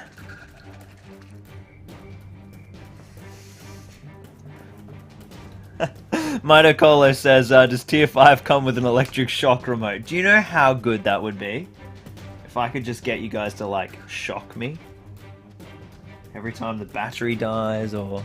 Let's check that at the same time.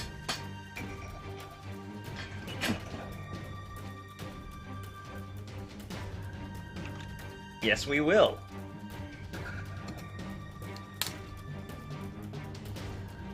So, we've got to put these 2 washers down. And then we've got not a lot left, then gold details, isn't it? So, let's close that down a little bit so it looks better. There we go. And back.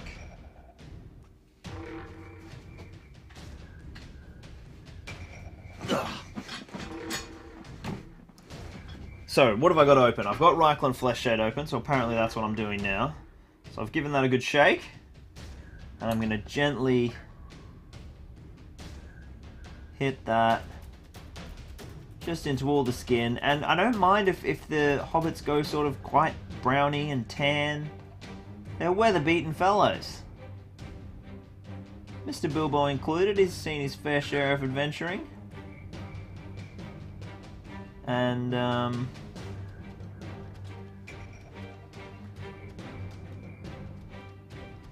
they are sort of quite, like, they're not quite Caucasian. They're sort of being, they're described by Tolkien in the books as having a darker skin tone than, like, a classic Caucasian look. Can't remember the exact words he uses, but...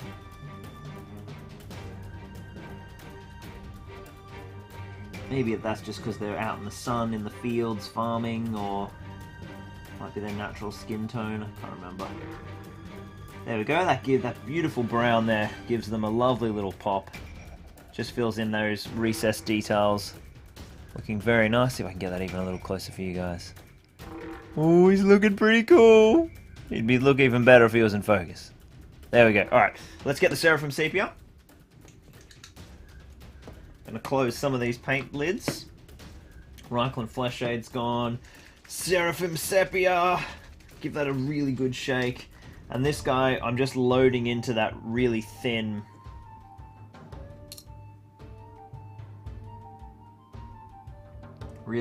section, just to make these pages look a little bit like, you know, a bit of parchment, not bright white.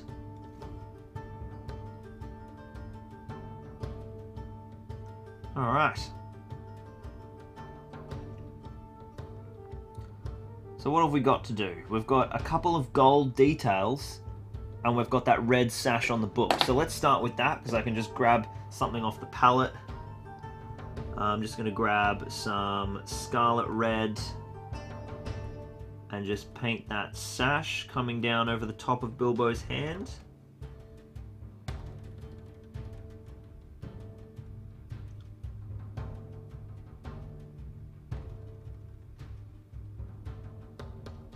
There we go, that's what we want. I am sort of working in a wet area here because the skin tone has a wash on it, the book pages have a wash on it, so I'm trying not to get my paint all diluted. But there we go, that sash is now fixed up, which looks good. And now it's time for the gold detail.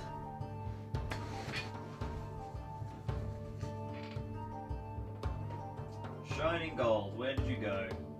Silver.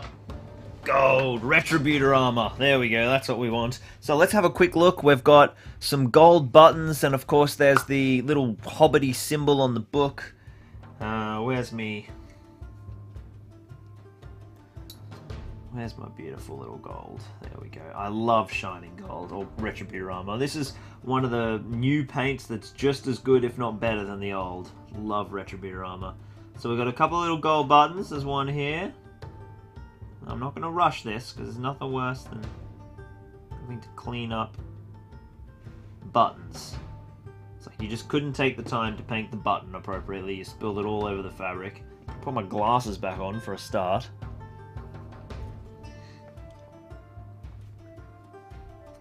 Alright, locking it into my hands.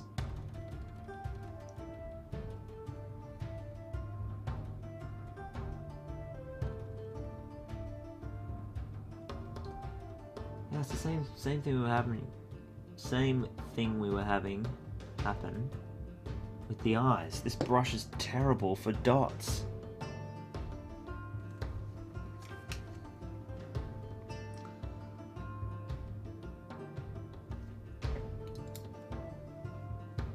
Need to probably up spec. Fuck, man! I just spilled gold. I just did what I was talking about, where I spilled gold on fabric. There we go. Luckily that red is well and truly set. I was able to salvage it, but it's dangerous business. Painting buttons. Alright, a couple of little gold pops.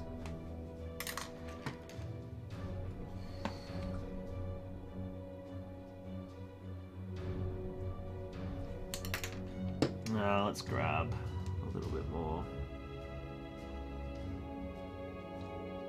A little bit more on the brush. Yeah, I need to look into getting some really nice quality brushes. So yeah, if anyone has any particular brushes that they use that are synthetic, definitely let me know in the chat. If you've got a favorite brush that you like to use.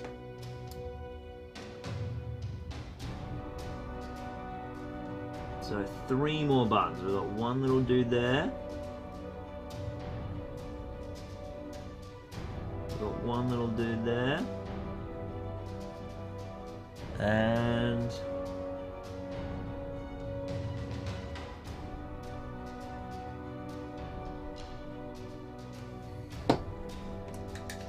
right, I'm getting done with this. Spilling gold all over my beautiful red fabric.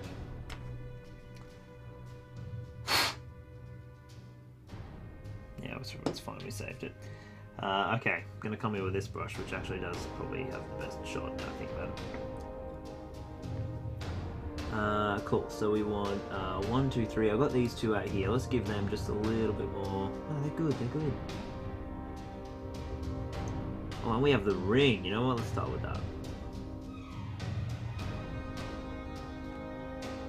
There we go. Little golden ring in his hand. That looks so badass. Oh, that's so cool. Oh, that's really cool. Alright, and then just a little bit of gold. Oh, man. Dude, my eyes. Am I getting old?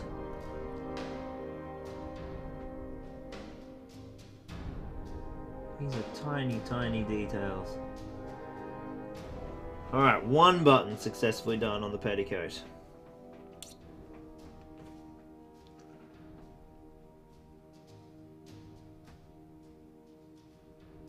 Two buttons successfully done. 3 buttons done on the petticoat. Alright, here we go, we're on a roll.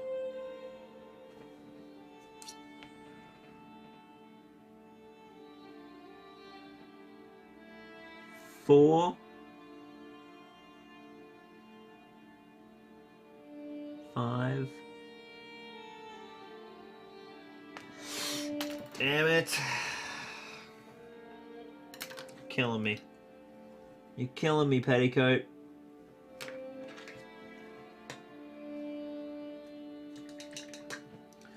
Yeah, they're really low profile. So one little slip and the gold does like it full on goes all over the flat fabric, and because it's gold flakes, cleaning up the working surface is actually a little bitch. Not to mention that you don't want to be like, you know, now this working surface is wet, so I'm trying to paint onto a wet area and it's making any paint run, which is sort of the bigger problem. Alright, there we go. So I've dried the working surface. I'm going to give this gold a really good shake so that we don't get some paint that's too thin. We are 3 dollops of paint away from a finished model, and these goddamn buttons.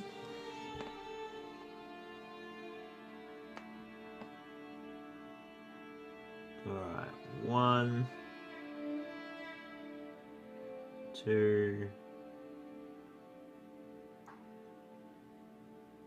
3. Not bad. We'll see if we can make them a little darker. Wouldn't mind getting a little bit more gold on these two as well.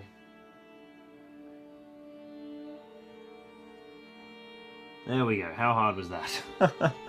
All the buttons picked out. Have we got enough on the ring? Let's have a look. Is that ring reading on camera? Not really. Let's see if I can go in any closer than that. Oh, I can. I can go much closer. Come on, sharp. Sharp for Bilbo. Sharp on Bilbo. I believe in you. There we go. Look at that. It's really hard to see the ring on camera, but it is absolutely gold, and it looks friggin' awesome. Pretty happy with that little dude. Oh, we got one little detail left. The tiny little gold detail on the book, which I'm not really sure what that logo is supposed to be.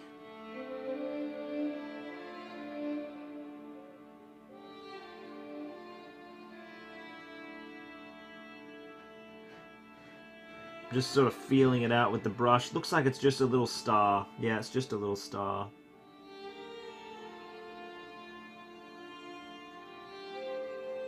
I think. Let's look at our reference photo. Yeah, on the reference photo, it's just a star. I'll come in with pure gold on that one.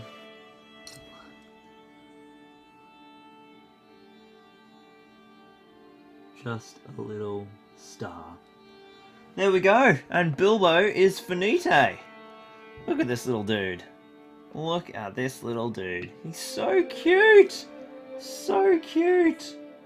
Pretty happy with how he's turned out as well. I love the color combination. Brown, red, green. He's basically Rohan. Let's face it. Of course I'm going to love him. I'm going to shut that paint before I remember. And wash my brushes before I remember. So how's everyone else gone with their Bilbos? Did you have any success? Did you have extreme pain in the last leg of the painting like I did? It's going so well for so long, and then it was excruciating. We got some eyes, we got some gold details, they finally happened. I'm really happy with the red. I love the little green pop. The green could probably be a little lighter. Could highlight that up a little bit. Happy enough with the grey. Once that's all matte varnished, that'll look nice. And I really like the brown. The browns are really cool. He's such a cute little model. Oh, for God's sake, camera, keep me in focus. There we go. Yeah, look at him. Oh, he's adorable. Oops, nearly dropped him in the palette. Such a cute little model. There we go, Sir Ian. I did my best on a 2-hour time limit. Painting live on stream. I hope you like him. He's pretty cute. He's pretty cute. Now I think we should rumble on in to Bilbo's last adventure. Get a fantastic little battle report happening, and then I'll base him off camera and upload some photos later on in the stream, or at the end of the stream. And I'm gonna swing back over to camera mode now. And I'll come and check in on the chat and read the 50 messages where you guys telling me that the screen is off. Jesus Christ.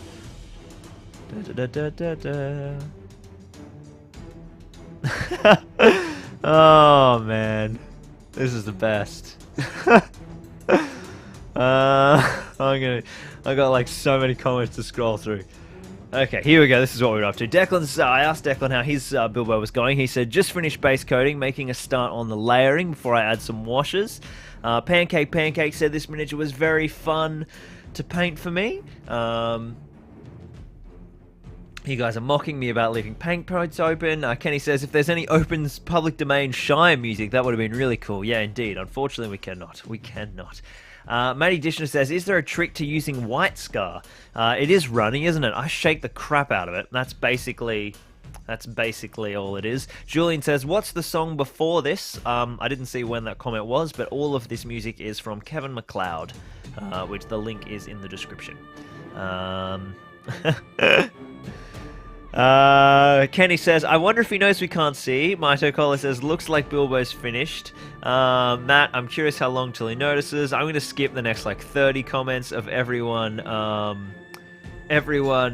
mocking me. Probs not. Nice reference image. Yes, Amandil Aramanth is all over it, finding Kevin MacLeod's music for Julian. Good work. It's so hard to paint this so you can see, says Dylan, except we can't see. Oh, good me. Yeah, it is painful, the button detailing, absolutely.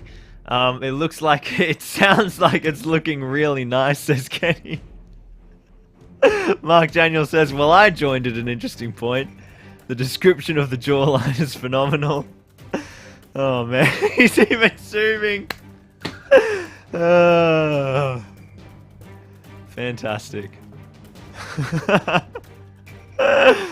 Oh, brilliant. This is why we need the cattle prod, says Nick Evans. See, this is what you guys, yeah, you need the, if you're there, you need the zappy thing. Contact with his delivery system has been attempted. Yeah, good work. Thank you, Kenny. Kenny saving the stream there. Would have been like half an hour before I checked the stream. Not really, but probably. Mark Daniel says, yeah, that brush sounded like it wasn't good. Darren says, I told you 2 weeks ago a mild electric shock is required. Like, actually, how good would that be? Well, there's those, I don't know if we should talk about this or not, because there are There are potentially children on the stream, but there are certain remote-controlled devices used in other contexts. And I'm not saying we do anything of that nature, but if that sort of system agrees, then surely there must be some way to get like a buzzer. What you mean? Ideally, what I could do is just have a screen set up so I can actually see the bloody screen from where I'm painting. But because of the cord length of my capture cord, and it's just a mess. So yeah, I will get on it. I will get on it. Just need to fix up this deck. Yeah, I know. Yeah, this evil method Declan's talking about. Best to paint the eyes black and dot the white afterwards. I can't do it. Everyone talks about it, says it's so much easier. I can't do it. It wrecks me. Huge thank yous to Larissa from everyone. So good work on. Yeah, you did. Like I said, you didn't miss anything. I was just struggling painting nonsense.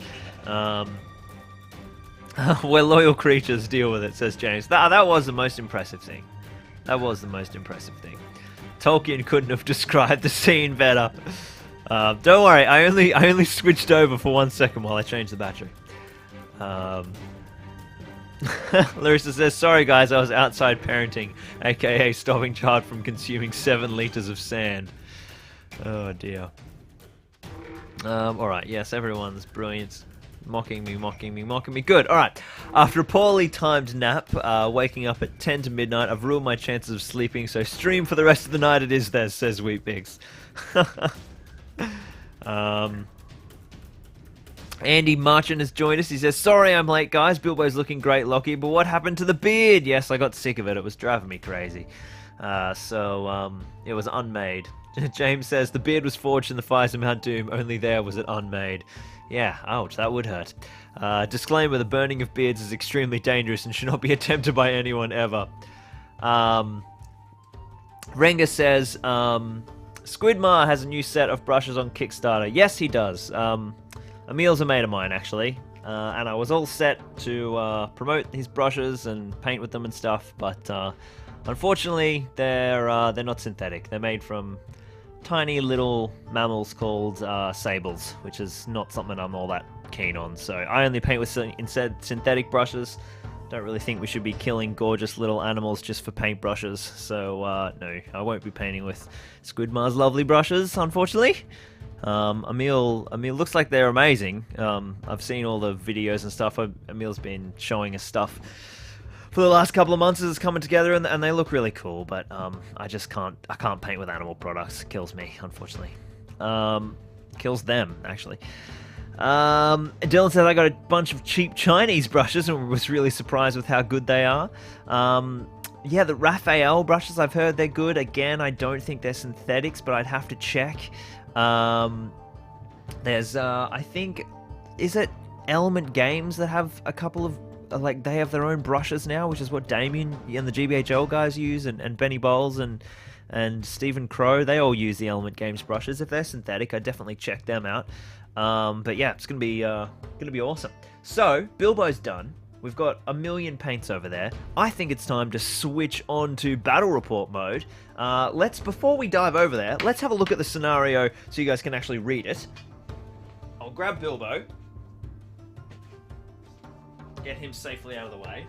And let's see if I can move all of these paints in one go without sending them tumbling into the abyss. Tell you what I won't do is I won't move them all. Right, out of there.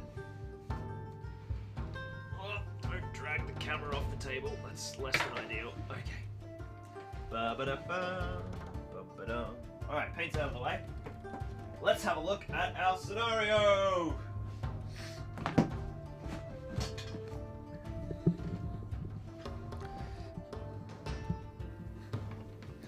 The Scouring of the Shire is what we're diving into today, and we're looking at the Road to Rivendell, which is from the appendices.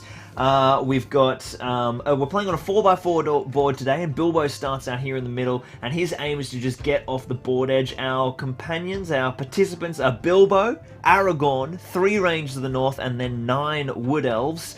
And then there's a whole lot of evil. There's like 8 orcs on foot, and then, is it... Oh no, even more. No, there's a full contingent of 12 orcs on foot and 12 Warg Riders. So it's going to be pretty gnarly. I'm going to fly on off and swing the camera around to get ready to rock and roll. And then we're going to dive into our battle report as Bilbo sets off on the first steps on his final adventure. I will see you guys, or almost see you guys in just a sec. Alright, there we go. Back soon.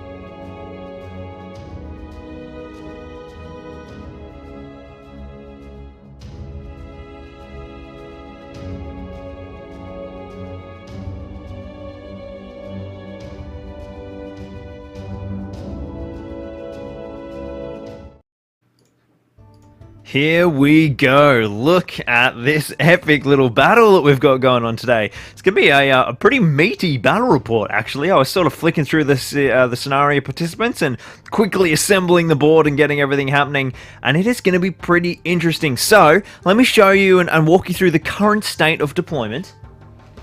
I'll get my big pointy tape measure. So, here we have Mr. Bilbo himself leaving the Shire. He's on the way out, and he's heading over to this board edge here, which is Rivendell. We have a cluster of wood elves. We've got some elven bowmen here, a cluster of elves up here and here as well. And they're there to aid him. They're on their way through the forest, but there's a roving band of orc warriors coming around as well. So we've got orkies here, orkies up the back, and some more up towards the back of the wall as well.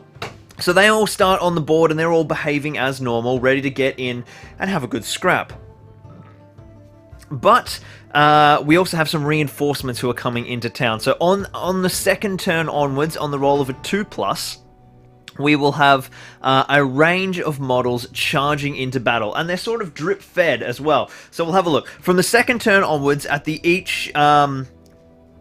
the end of each good move phase, the good player rolls a d6. On a 2+, one of the rangers may enter the board. Once all of the rangers have entered play, the next model to arrive is Aragorn. And then to determine where they arrive is random based on a dice roll. And then the exact same thing is for one of the Warg Riders. So on a 2+, a ranger or a single Warg Rider will be coming onto the board each turn. So it really, really escalates. Of course, poor Bilbo only moving 4 inches. 4 inches. So getting him across is going to be pretty interesting. Let's have a little talk about Bilbo's profile, the man of the hour, Bilbo Baggins. He's fight 3, and of course he can throw stones on a 3+. Strength 2, defense 2. Now, at this point in time, he would have the Mithril Coat, because he gives the Mithril Coat to Frodo in Rivendell, and he's going on an adventure. So that will take him to Defense 5, I believe. So let's have a look. If no other model wears the Mithril Coat, then Bilbo may wear it. He would also have Sting. But he doesn't have the ring. So Sting, I believe, makes him strength 3, and the Mithril Coat gives him an extra 3 defense. We'll have a look at Frodo's profile. The Mithril Coat adds 3 to their defense, yes. And he doesn't actually have Sting. It would be Samwise. And yeah, so, +1 to strength when making strikes. And it's an Elven Maid Dagger as well. So he'll be tied for fight value with fight 3 with all of the enemy models. So he's winning those roll-offs as well. So, strength 3, defense 5, effectively for us. He's 1 attack, 2 wounds, courage 6, 1 might, 3 will, 3 fate. So he's certainly no slouch. It's pretty serious. Then we've got, of course, Aragorn Strider, who's just an absolute beast, but only defense 5, because, of course, he's unarmored at the moment. He's just ready, off in the wilderness. He's not ready to go. So, it's time to get cracking and dive on into priority. Let me know, everyone, boys and girls in the chat, if you'd like to barrack for any sides, if you'd like to take control of any units and yell out commands. I've got the stream on ultra low latency today, so there shouldn't be any delay between you guys telling me what to do with units, so we'll see how we go. So let me know if you're keen to take control of some units, and let's get into the first turn. Alright. 1 dice each. And priority is going to evil for the first turn.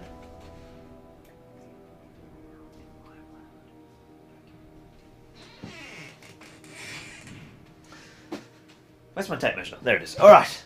So evil first turn, we've got our 1, 2, 3, 4 kind of big chunks of orcs here. Bilbo's here, so what we're going to do is we're probably just going to avoid these orc archers for the time being. And I've got the orcs deployed in little kind of squads of 3, because, an orc on their own is just going to get rinsed by an elf. So we're just going to start running these orcs in. We've got no wargs and rangers attacking this turn, we've got essentially just a big old punch on. We've got a couple of orc archers which could do some shenanigans. What we're going to do, I think, is just throw these orcs up here. And they're going to say, elves, if you want to charge us, you can charge us. I'll put the spear in base contact so that there'll always be a spear support there in that fight. And then we've got... I think these... Oh, orcs are so terrible at shooting. You know what? These orcs will hang back. Those orcs will hang back, I think, because no, we need to get numbers. We'll run the spearman up. He'll run around, and the orcs will take a couple of shots. Because having a couple of orcs at the back of the board isn't necessarily the worst thing in the world. All right, evil's movement, or good's movement rather. These bowmen don't have any targets currently, so they're going to do a half move, 3 inches, which means they'll be able to shoot. They'll be able to shoot through to this guy. These elves here, we're gonna take our opportunity, and we're just gonna run around and make some charges, set up some combat, see if we can get some sneaky kills on these orcs. These guys are going to be the interceptors, running straight to block off Bilbo and save Bilbo. Bilbo himself has just got to absolutely leg it. Now, I believe Bilbo has woodland creature.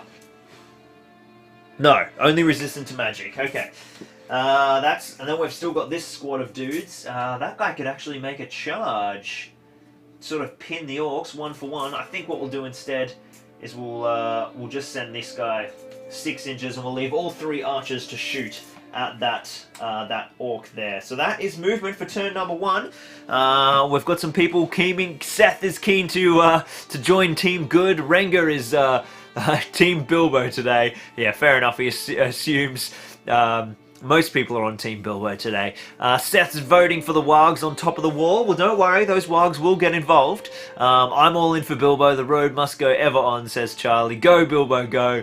All right, lots of team Bilbo today. So I think for now, Bilbo's just going to keep going forward. Shooting phase. Orcs had priority. They're actually going to see if they can out-snipe one of these elves. So they will be hitting on 5s because they haven't moved.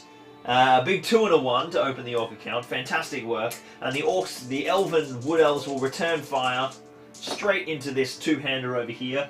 2 2s, terrible shooting, and 1 hit. Oh, defense 4, that's a kill on straight 3. Blood has been drawn. The elf shooting has fallen a single orc. Now, these are wood elves, of course, so I believe they have elven cloaks. Now I think about it, I think that's what wood elves do. So wood elves would be listed in Lothlorien. Never used Lothlorien. Gildor and Glory, what am I looking at? That's Rivendell, Lothlorien, wood elves. Wood elf warrior. Yes, they have elven cloaks, so we'll have to take that to our advantage. We've got the first combat of the turn. We have a single wood elf with wood elf spear, and he's going to shield. And then we have a single wood elf fighting an orc with 2-hander, and he's going to 2-hand. So let's do the wood elf, the shielding wood elf spear first. He gets a 2 and a 1, but the orc only gets a 1, so he wins it and pushes him away, buying some time for the defenders. And then we've got a 1-on-1 here with the 2-handing elf, the 2-handing orc. Sorry, the orc gets a 1 and the elf gets a 2. Some terrible rolling so far, guys. Oh, but the elf cuts him to pieces. Another orc falls. That's both 2-handed orcs dead for the forces of evil. Alright, priority. Now, let's see. Do these reinforcement rolls happen before priority? From the second turn at the end of the each good move. Okay, so it happens at the end of the phase. So priority for turn 2. And it's a 1 and a 2. The abysmal dice rolls continue, but it is evil who are checking first. So they make all their normal moves. So we're just going to basically we're just going to sprint straight for Bilbo. 6 inches. This is great because these orcs are going to be able to make charges here because they're within 6 inches of these guys and just pin these orcs in place. Pin these elves in place, rather. We've got evil moves here. Oh, geez, only 1 spearman. This spearman here is going to be able to make a charge and pin those guys in place. This spearman will be able to pin him. The orc shooting was abysmal. I think tying up the elves in combat. Oh, you know what? We'll hang back. We'll hang back 1 time because there's going to be an opportunity to shoot into combat there, I think. All right, so now we get to see if a Wild Rider arrives on a 2+. He rolls a 3, so let's see what side he's going to come in on. Alright, so it's 1, 2, 3, 4, 5, 6. And it is a 2, which means it's coming on behind Bilbo. That is absolutely massive. A Warg Rider is riding on directly behind Bilbo. So we've got 5 inches to there. and 5 inches to there, barreling towards the poor hobbit. Well, it's Good's turn. Bilbo has got to absolutely get out of here quickly. 4 inches straight up the center, and we're going to start sending these elves to engage and cover the enemy retreat. I think what we'll do is we'll just throw a couple of these guys here as bodyguards, so there's no way the wargs can make a charge, and Bilbo will be safe for a turn. Let's keep moving. I'm gonna leave the elven shooting. Oh yeah, I think we got to leverage our bows because we are quite soft in combat with defense 3. So we're gonna keep shooting. We're elves. We know what we're doing. We know what we're doing. Let's see if a ranger of the north arrives, hearing the cries, the pleas, the sounds of battle in the forest, and he rolls a 5. The first ranger of the north. Where's he going to come on? 1, 2, 3, 4, 5, 6. Oh yes, he's coming on at the back. You beauty. And you can bet your bottom dollar this ranger is half moving and then shooting. 100%. He is going to come on. It will come on right behind. Yes. I mean, do we shoot? Because he's going to be quite far behind otherwise. Maybe he needs a full move, actually. Just to be able to... Because if he full moves 6 inches, and he could make a heroic move and pin that rider in place. That's probably a better move. Alright, guys. Is this a historical or hypothetical event? This is a hypothetical event. Bilbo, well, I mean, we don't really know in detail the adventures of Bilbo and what happened between Rivendell. So perhaps he did come across some orcs and perhaps the rangers helped him out. I think the theme is that it's supposed to be Bilbo, like, merrily walking through... and not noticing that the elves and the rangers are sort of protecting him, but we're, I think Bilbo's pretty aware in this particular instance. All right, shooting phase. Evil had priority once again, and they're going to keep firing into the elven archers. That defense 3. All we need to do is get a hit. Oh, we get one of them, and we need another 5 to take down that elven archer. We fail. So the elves get to return fire. All 3 of them are going to drop shots straight into... I tell you what, they've all got shields, which means they'll be defense 5. Oh, that's still only 5s to wound. These elves here, straight into the orcs, right near Bilbo. They've got 2 hits on 3s because they haven't moved, and 5s to wound. Yes, 1 big wound. Snip. We'll take the ugly one. Down goes another orc. 3 orcs have fallen with no casualties on the evil side. You can see I'm so hard barracking. Alright, let's dive into our final elf shot, and he can only really shoot at the archers risk-free. So he'll... Oh, he could shoot... Yeah, we'll go for the archers. He misses on a 2. So, priority for turn number 3, and it's a big one.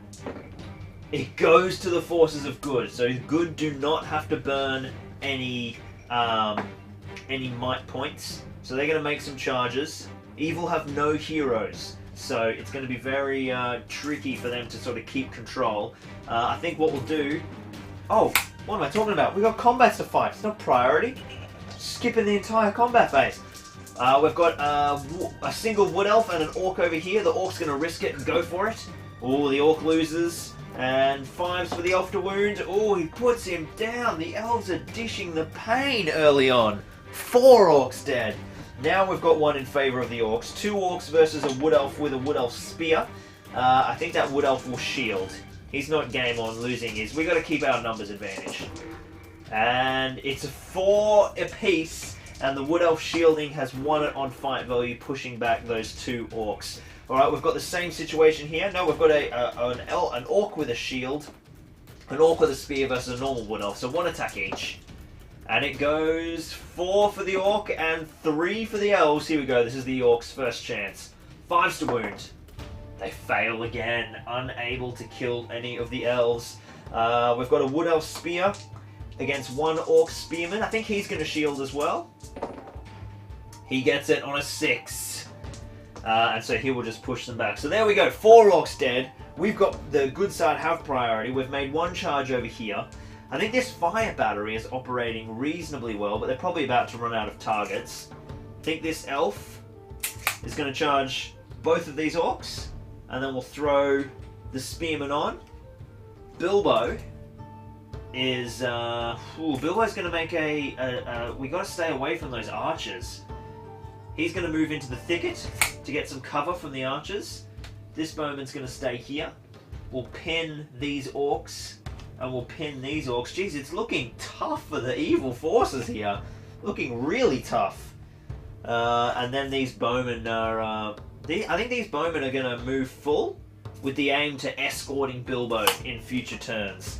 In fact, if they even just stop a little bit short, they won't present any targets for the evil. And I think that's what these...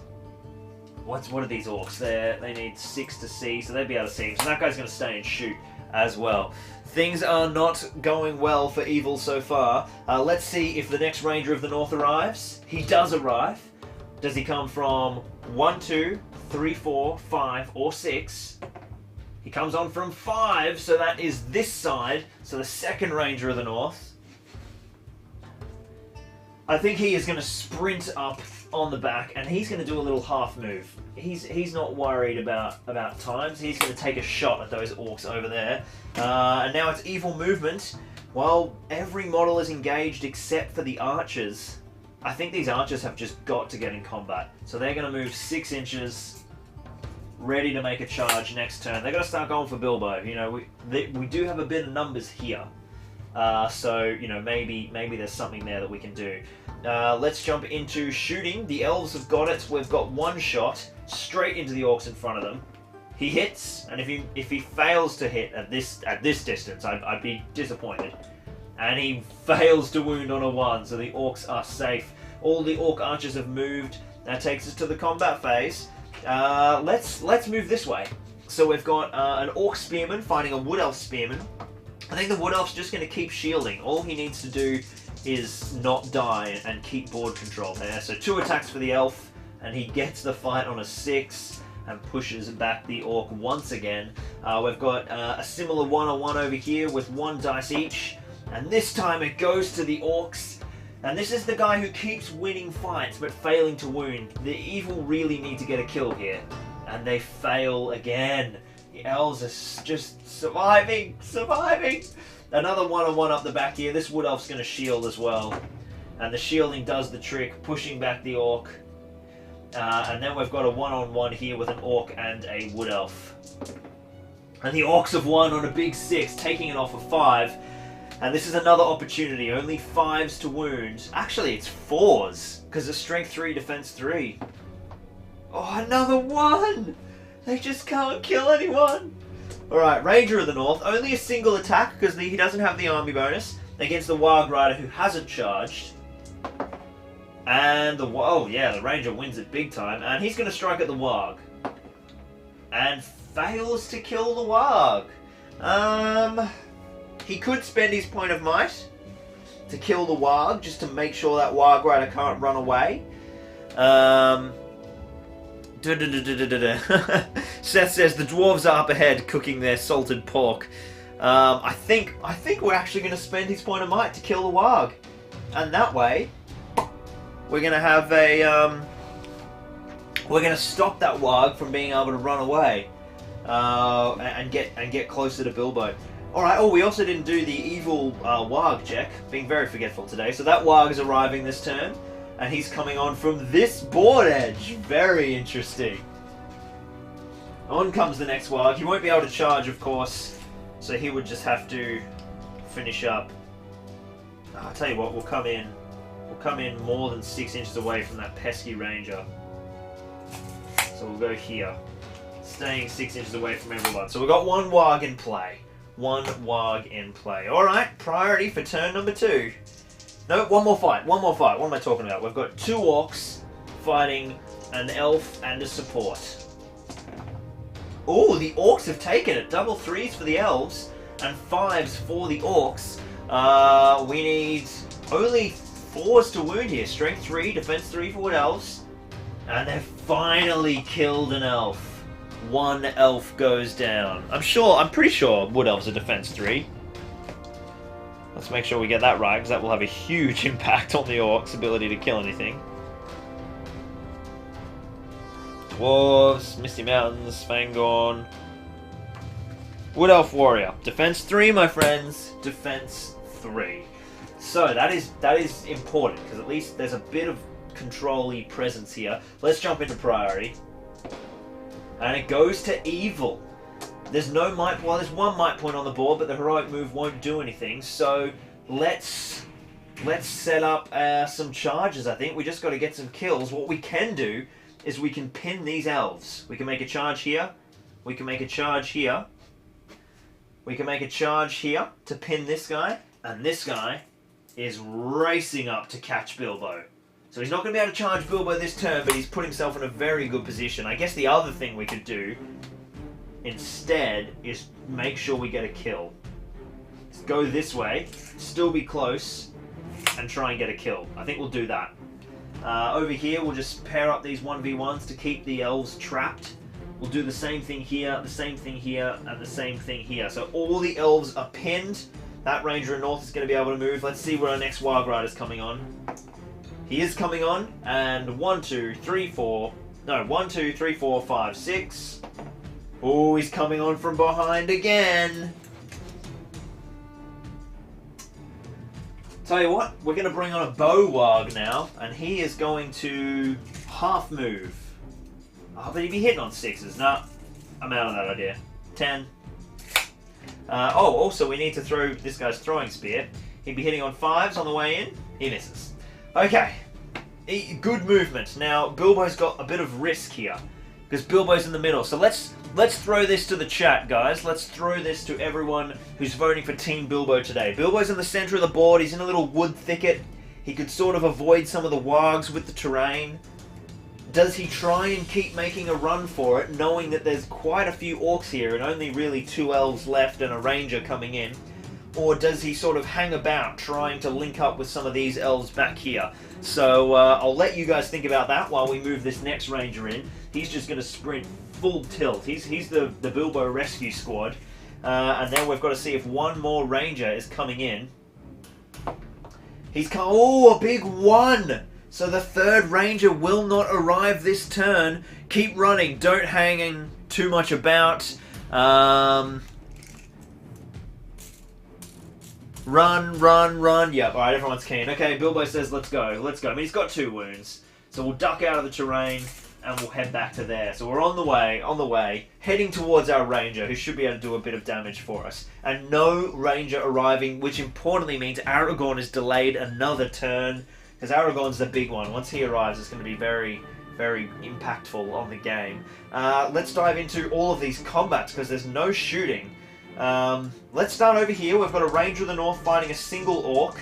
I think the orc's going to go greedy and see what he can do.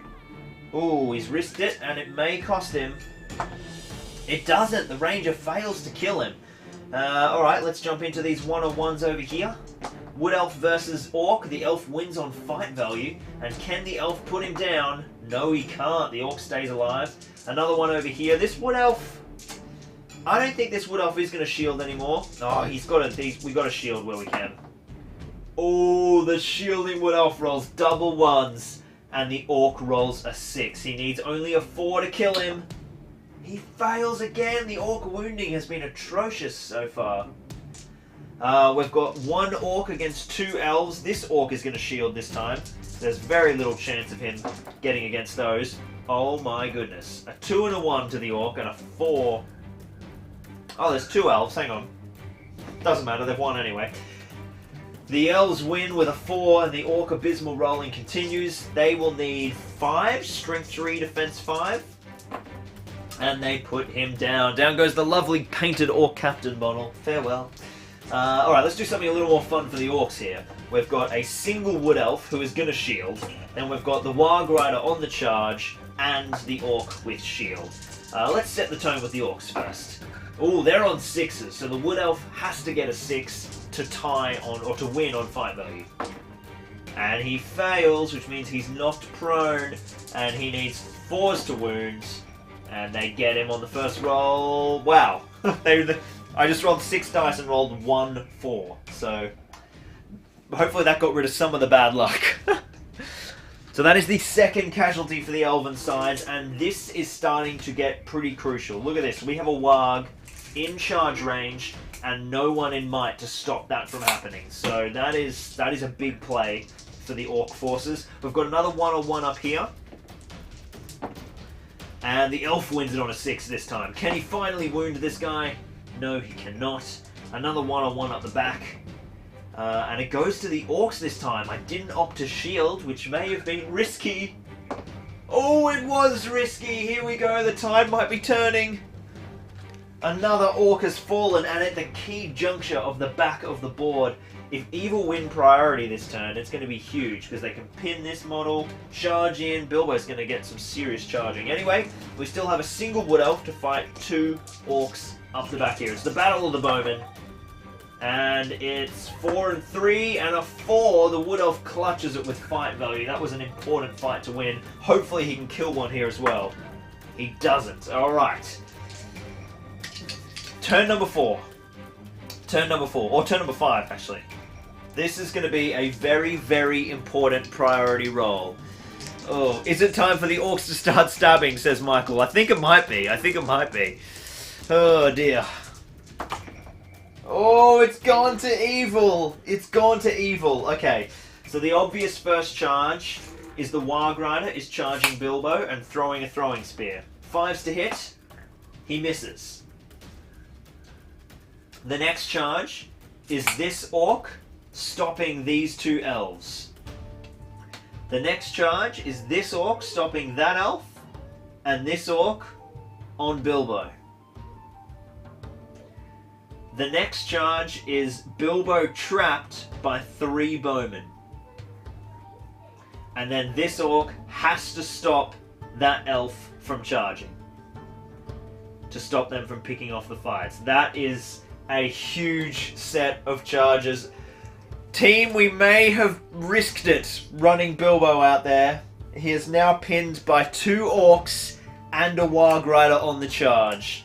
This is big. These Orcs are just going to pin in place. This Warg Rider is going to get up there. Oh, you know what? Maybe we deal with this Ranger of the North. No, I think the Wargs get up there. This Orc pins the Ranger of the North. And now it's the evil movement. Does the Warg, another Warg, come on the board? He does. Where does he come on? He comes on from behind, continuing the run of Wargs. That is 4 Wargs racing on from the edge. 10 inches, barreling forwards. Up they go. Okay, this has been a huge swing. The Orcs took some serious initial casualties, but my goodness, what a play. Bilbo could die this turn. What can the Forces of Good do? Well, they have a Ranger. And they have a Ranger with a point of might. So I think he has got to call a heroic combat. That's all of Good's move. Let's see if the next Ranger arrives. Thank goodness he does. Where does he arrive? He arrives on this edge. Pretty far from Bilbo. That's annoying. But more importantly, it's not Aragorn who's come back down here. So this guy is just going to have to do 6 inches. We can't, there's no time for shooting. We just got to get in. We've just got to get in. Alright guys, this is big. This is big. Seth says, Bilbo about to pull off some Legolas dual blade shit. Yeah, I hope so. I bloody hope so. Seth says, Bilbo is a seasoned vet. Strap on that red bandana and go Rambo on those Orcs. Oh dear, okay. We got to start with this. We've got to call a heroic combat. We've got to call a heroic combat. We've got the Ranger of the North and the Elf fighting against the Orc. Please, can you guys win this? Oh no, the Orc clutches it on a 6! You gotta be kidding me. You gotta be kidding me. And he defeats them both, and then goes for a cheeky wound on the Elf. Fails to kill him, stopping the heroic combat and choking the point of might. Well, this is scary times for Bilbo. Okay, let's jump into this fight. I'm so worried that this game is already over. We've got 2 elves fighting against 1 orc. The orc wins on a 6 and kills an elf to boot. Where have these evil dice rolls come from? 1 orc up the back. Wins on a 6 again! Fails to kill him though. Another 1v1. This Wood Elf has got to go for kills now, I think. Yes, he's risked it for the biscuit. Fails to kill him. We'll do the same thing over there. Another 6 for the Orcs on the dual roll. That's the 4th one this turn, but it hasn't resulted in a kill. We've got the Ranger of the North versus the Orc. The Ranger loses. Failed to wound, and that is all the combats. Bar 1. Bilbo has a single dice. We're going to give him the Gandalf dice because, oh my god, does he need it.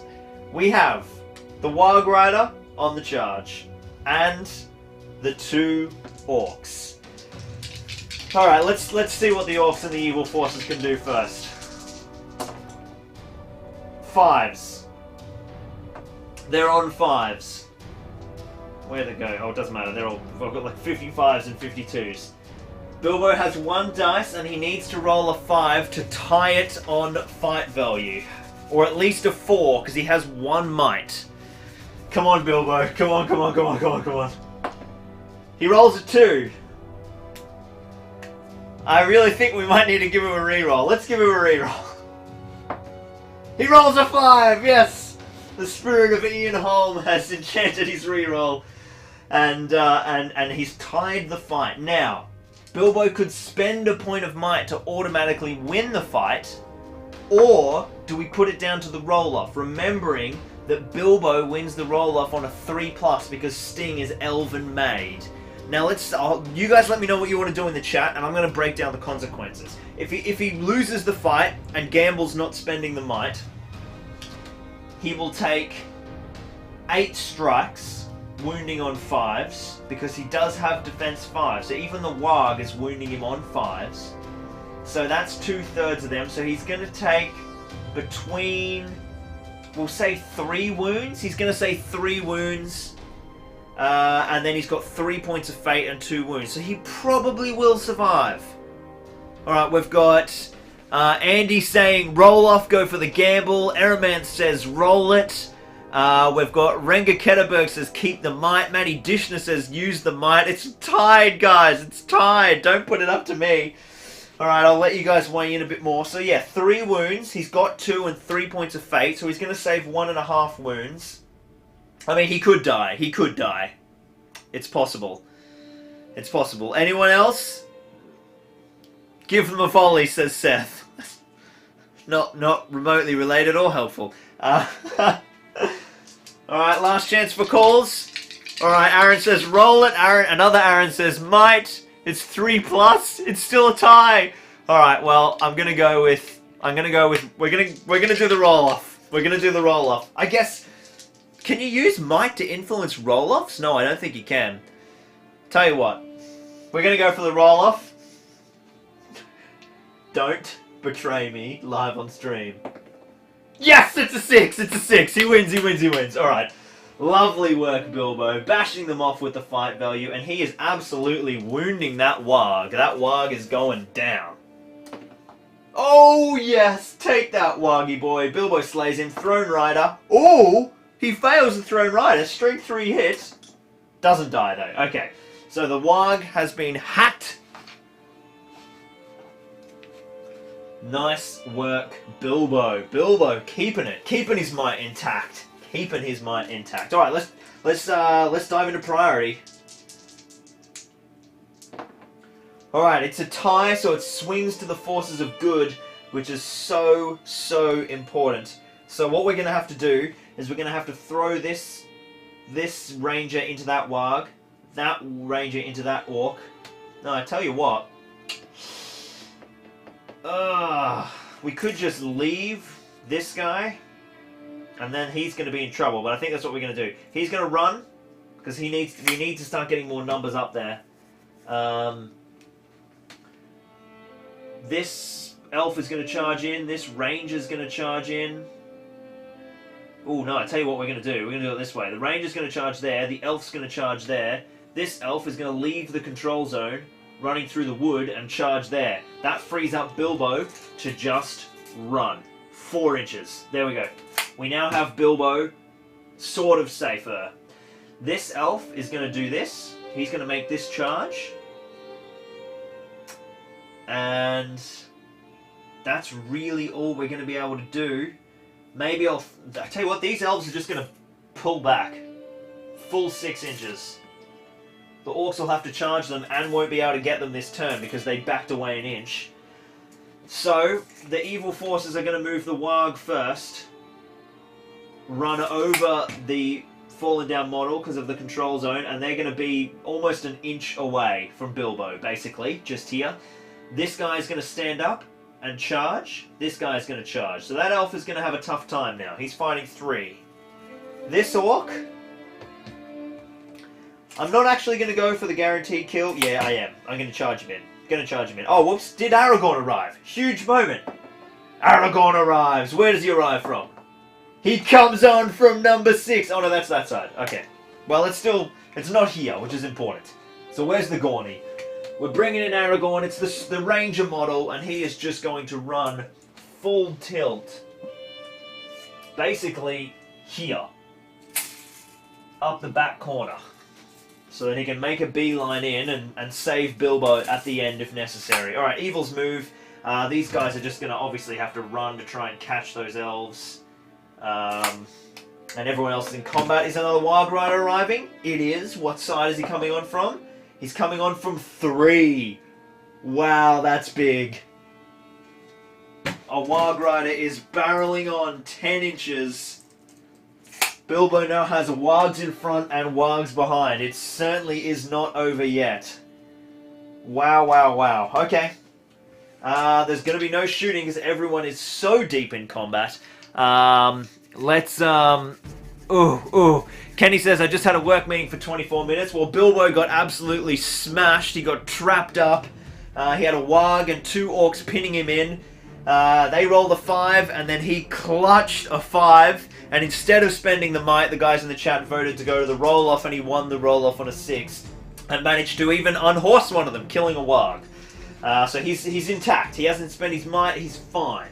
He did have to burn 1 Spirit of Ian Holm reroll, which is a new metric I've just invented. And we'll see how many of those he has. Let's jump into combat. The warg has not charged. So we've got a warg here up the back and an orc fighting against a ranger from the north. Can the ranger clutch it? Oh, he can. He wins it on fight value. Strength 4. Let's hack out this warg. He kills the warg. Throne Rider. The warg, the orc is fine. Oh, that's my Golfimble model. Do I have Golfimble on foot? Where is he? Should be in this cupboard somewhere. Golfimble, where are you? No, I've only got his warg model. Oh no, there he is. Golfimble on foot. Beautiful. I love using my Golfimble model whenever I can, because I never sees any match play. Alright, so the Ranger won the fight and got rid of one of the wargs on the board. Not important right now, but could be important down the track. Let's do the 1v1 fight up the back here. The elf has got it. Fails to finish him off, though. Fails to finish him off. Let's do the one-on-one here. The orc has got it this time, needing 4s. Down goes an elf right near Bilbo too. Right near Bilbo. Let's do the ranger up the back there. Ranger versus a single orc bowman. Ooh, the orc clutches it, needs 5s. Ouch, a wound on the ranger. He's got a fate point, of course. Oh, it's not enough. That is huge. Absolutely huge. The 2 closest models to Bilbo just died. And the only other elf nearby is trapped by 3 models. So this is not looking good again. Dear oh dear. Alright, a single elf against 3, one of them 2-handed. Alright, they are on 4s. That's winnable for the elf. He wins it on a 4. Pushes them all back. That was so important. Alright, we need a big, big wound here, elf. Doesn't deliver. Bastard. Alright. That's all the combat's priority. This is huge. We need good to win this. And it is double 6s and swings around to evil. Ouch, that's really bad. Okay, so Bilbo could call a heroic move. If he doesn't call a heroic move, he's getting charged by 2 wargs. and probably more. So yeah, Bilbo's going to have to call a heroic move, guys. Sorry, I'm spending the point of might. If we don't, Bilbo's in so much trouble.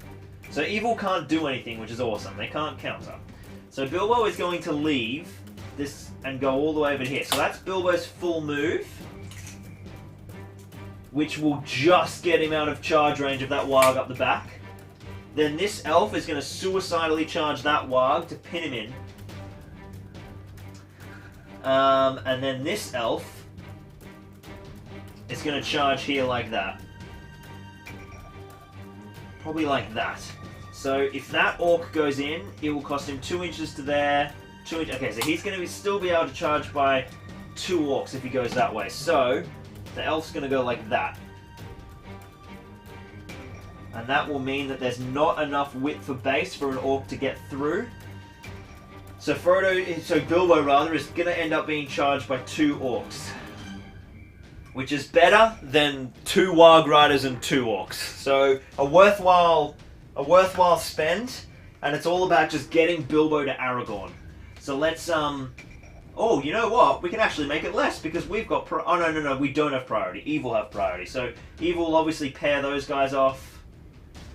Bilbo will get charged by this guy and this guy. So he's just fighting the 2 instead of fighting 3. Obviously these guys are just going to pile in on these elves and make them pay dearly for existing. And this warg rider is right here ready to go. Okay, goods move. Oh, does another warg rider arrive? It does. Where does it come on? Comes on from the back. That's actually not a bad outcome for evil, for good now. So that's just more wargs kind of riding in. I mean, it's weighing down these ranges, of course. But, you know, whatever, basically. Oh, you know what? We shouldn't bring it near the ranger. We should just bring that warg in there. Okay, so now it's evil move over here, so we can pin all these rangers. And basically the only good model to move is Aragorn. And there's no more reinforcements for good. Oh, whoops. Aragorn's going to call a heroic march and move 9 inches, which I couldn't do the turn he arrived because he wasn't on the board. But he's able to call one that turn. So that gets him a bit closer. That's not so worrying. Good thing Bilbo's got full stats though. Good thing he didn't lose that other fight. Oh, this could have been real trouble. Okay. There's going to be no shooting. Once again, we're diving into priority. Ooh, dear. Alright. Let's start up the back. Golfimble versus the Ranger. And the Ranger gets it. Needing a Strength 4, Defense 4. Doesn't kill him. Come on, Rangers. We need you guys to lift your game. You're not doing enough. Ranger versus an Orc. Ranger loses. Ranger not wounded. He backs away though, so at least he's closer. We've got a 1-on-1 here with an Elf and an Orc. A 2 for the Elf and a 3 for the Orc. It's enough. Doesn't kill him though. Another 1-on-1. Do we shield? Do we shield? I don't think we do. I think we try and get a kill here. Ooh, risky move. And it doesn't cost him his life. Okay, importantly though, both of those guys will back away because they lost their fights. Let's dive into this poor elf here who is fighting effectively 3 orcs because he made the charge on the Warg Rider.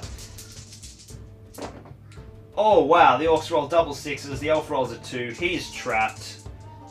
And down he goes. He fought valiantly, he did his job. He did his job. That is all the archers gone for the elves. We've got another fight up there. It's a 2-hander and a spearman fighting an elf.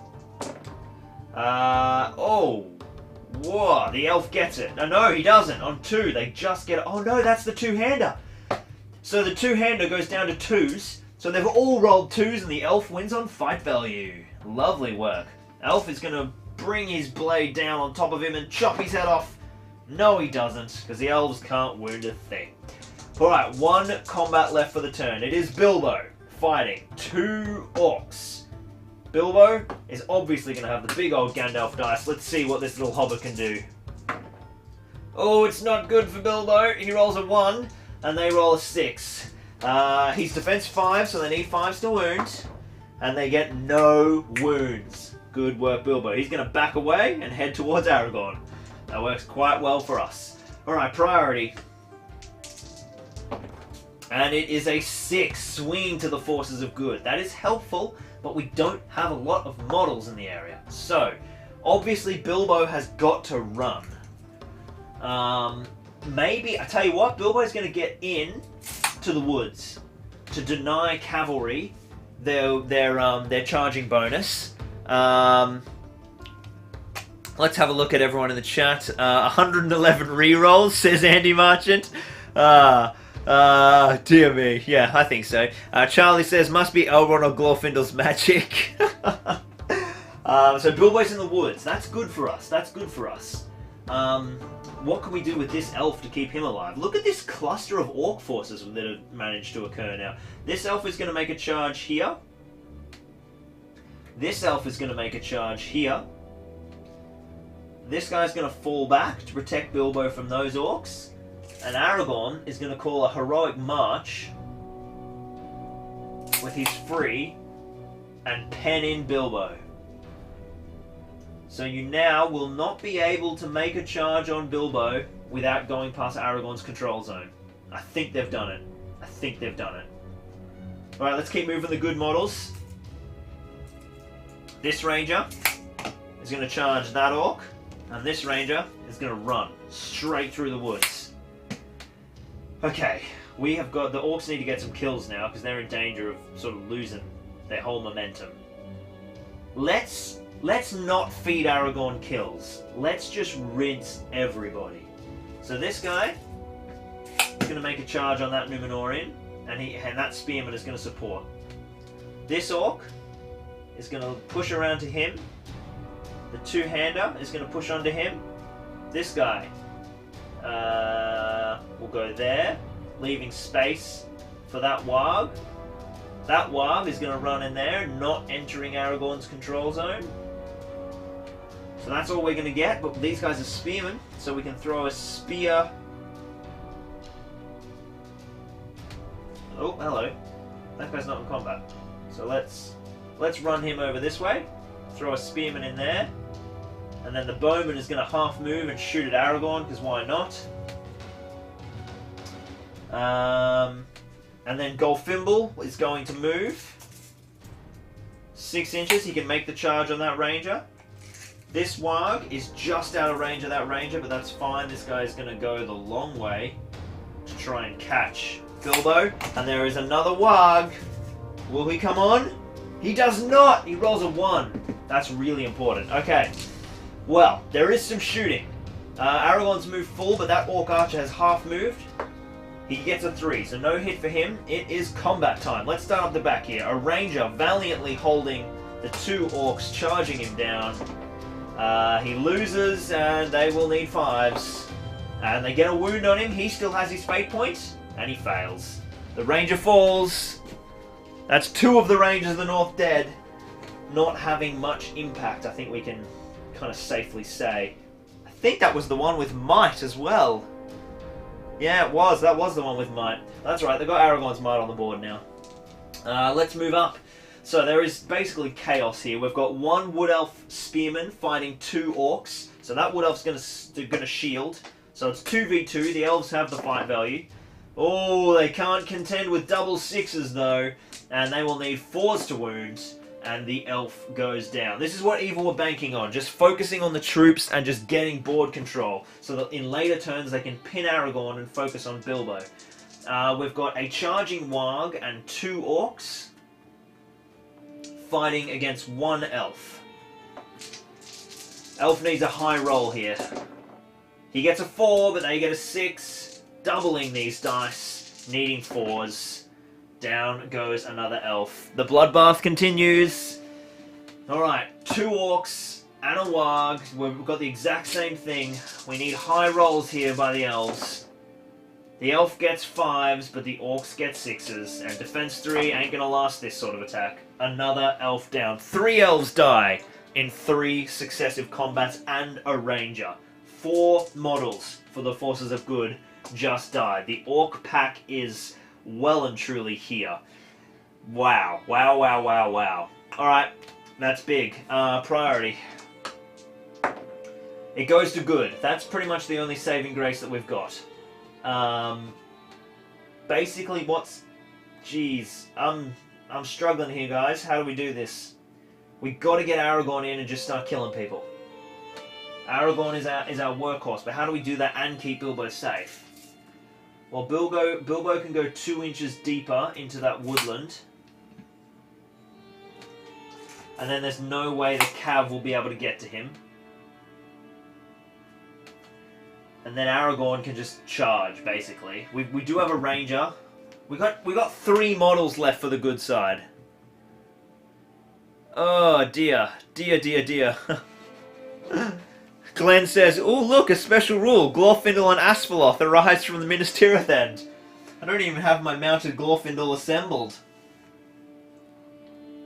We may need Wood Elf reinforcements at the very least. I don't think I have any mounted Elven heroes. Not within arm's reach. Oh dear me. Okay, so Aragorn has got to get kills. So if he charges this guy and then wraps into those, he's basically saying, "Please trap me."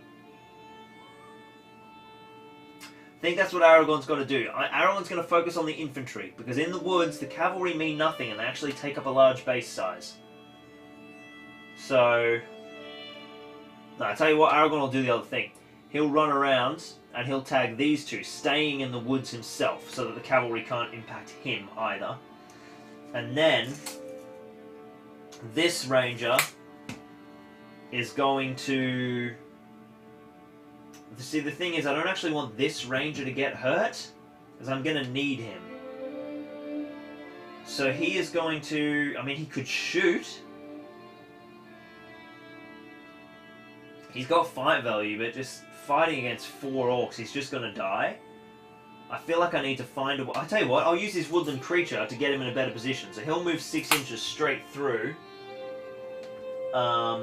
Oh, can he make that charge? Oh my god, with Woodland Creature he can. So he'll just charge this Wild Rider. There we go, there's an enemy he can fight one-on-one.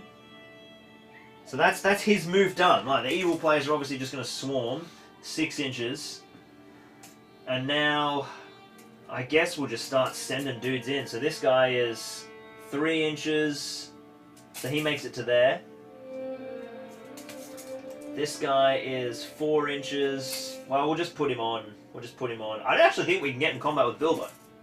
We literally can't, because the Cav moves so slow. So this Wire's going to ride around to trap him for future turns. Yeah, I think we've kept Bilbo safe for a turn, actually. 3 inches, so 1.5, he's about there. Same thing will happen. Yeah, none of these guys can get in combat, so we'll just start setting up for future turns. We'll move this, send this guy over here, we'll send this guy around. Oh, he can come in this way. And then we've got one Wild Rider. Does he arrive? He does. Where does he come from? He comes from over here. Probably the best result for the evil side. Sending orcs racing in. It's going to be all about using this block of woodlands. I think it's time to zoom in, guys. It is all about these woodlands. So, just so that you guys have a look on the close screen, Bilbo is here in the center. He's currently unengaged. He's moving through the woods, is helping him a lot. Aragorn is here fighting 3. The other orcs have chosen not to gang up on Aragorn, but just pile in to get to Bilbo. The Wilds can't do much, and we've got a one-on-one here. Let's start with this fight. A Warg versus a Ranger of the North. The Ranger wins it, striking on the Warg. There we go. Kills him. Throne Rider, he's fine. So there we go. We got rid of one of the Wargs racing in, which was honestly more about self-preservation than helping Bilbo, because Bilbo's in the woods. Alright, so Aragorn obviously should have been called at the start of the turn. Will call a heroic combat, just on the odd chance that it goes off and he kills all 3. It's unlikely, but we'll see how we go. 3 orcs versus Aragorn and his 3 attacks. And Aragorn just clutches the 6 at the end there. A 6 apiece. Aragorn gets it on fight value. He needs 3 4s to kill these guys. Yeah, pretty unlikely that heroic combat's going to go off, but we'll see how we go. Wow. Not only did the heroic combat go off, he didn't kill a single one. That is horrendous. Absolutely horrendous. Wow. That's shocking, Aragorn. We can't have turns like that, man. We need to get the kills. I mean, I could burn Might. It's not worth it. Alright. Priority. Good work, Aragorn. What is with Aragorn being just ridiculously bad on these streams? He's shocking! Shocking! Alright, it goes to evil. Does Aragorn have to call a heroic move? Let's think about this. If Aragorn calls a heroic, what can Bilbo actually do? Well, Bilbo could move like back to back with Aragorn to stop the amount of charges being put on him, which could work. But it does waste out one of Aragorn's might points, whereas I think it might just be worth like Bilbo trying to tank a few rounds. Nah, Bilbo's in trouble. Bilbo's in trouble. Oh, this is not good. See, this is the problem, is because we're now trying to fight everyone off instead of Bilbo just running for it because of the bad luck of the elves in that central region. We got 3 dudes. Like, how is Bilbo going to be able to fight off like 4 orcs consistently every single turn? It is tricky. I will admit. I think we have to. I think our saving grace is heroic combats, but the heroic combats are like never going to go off anyway.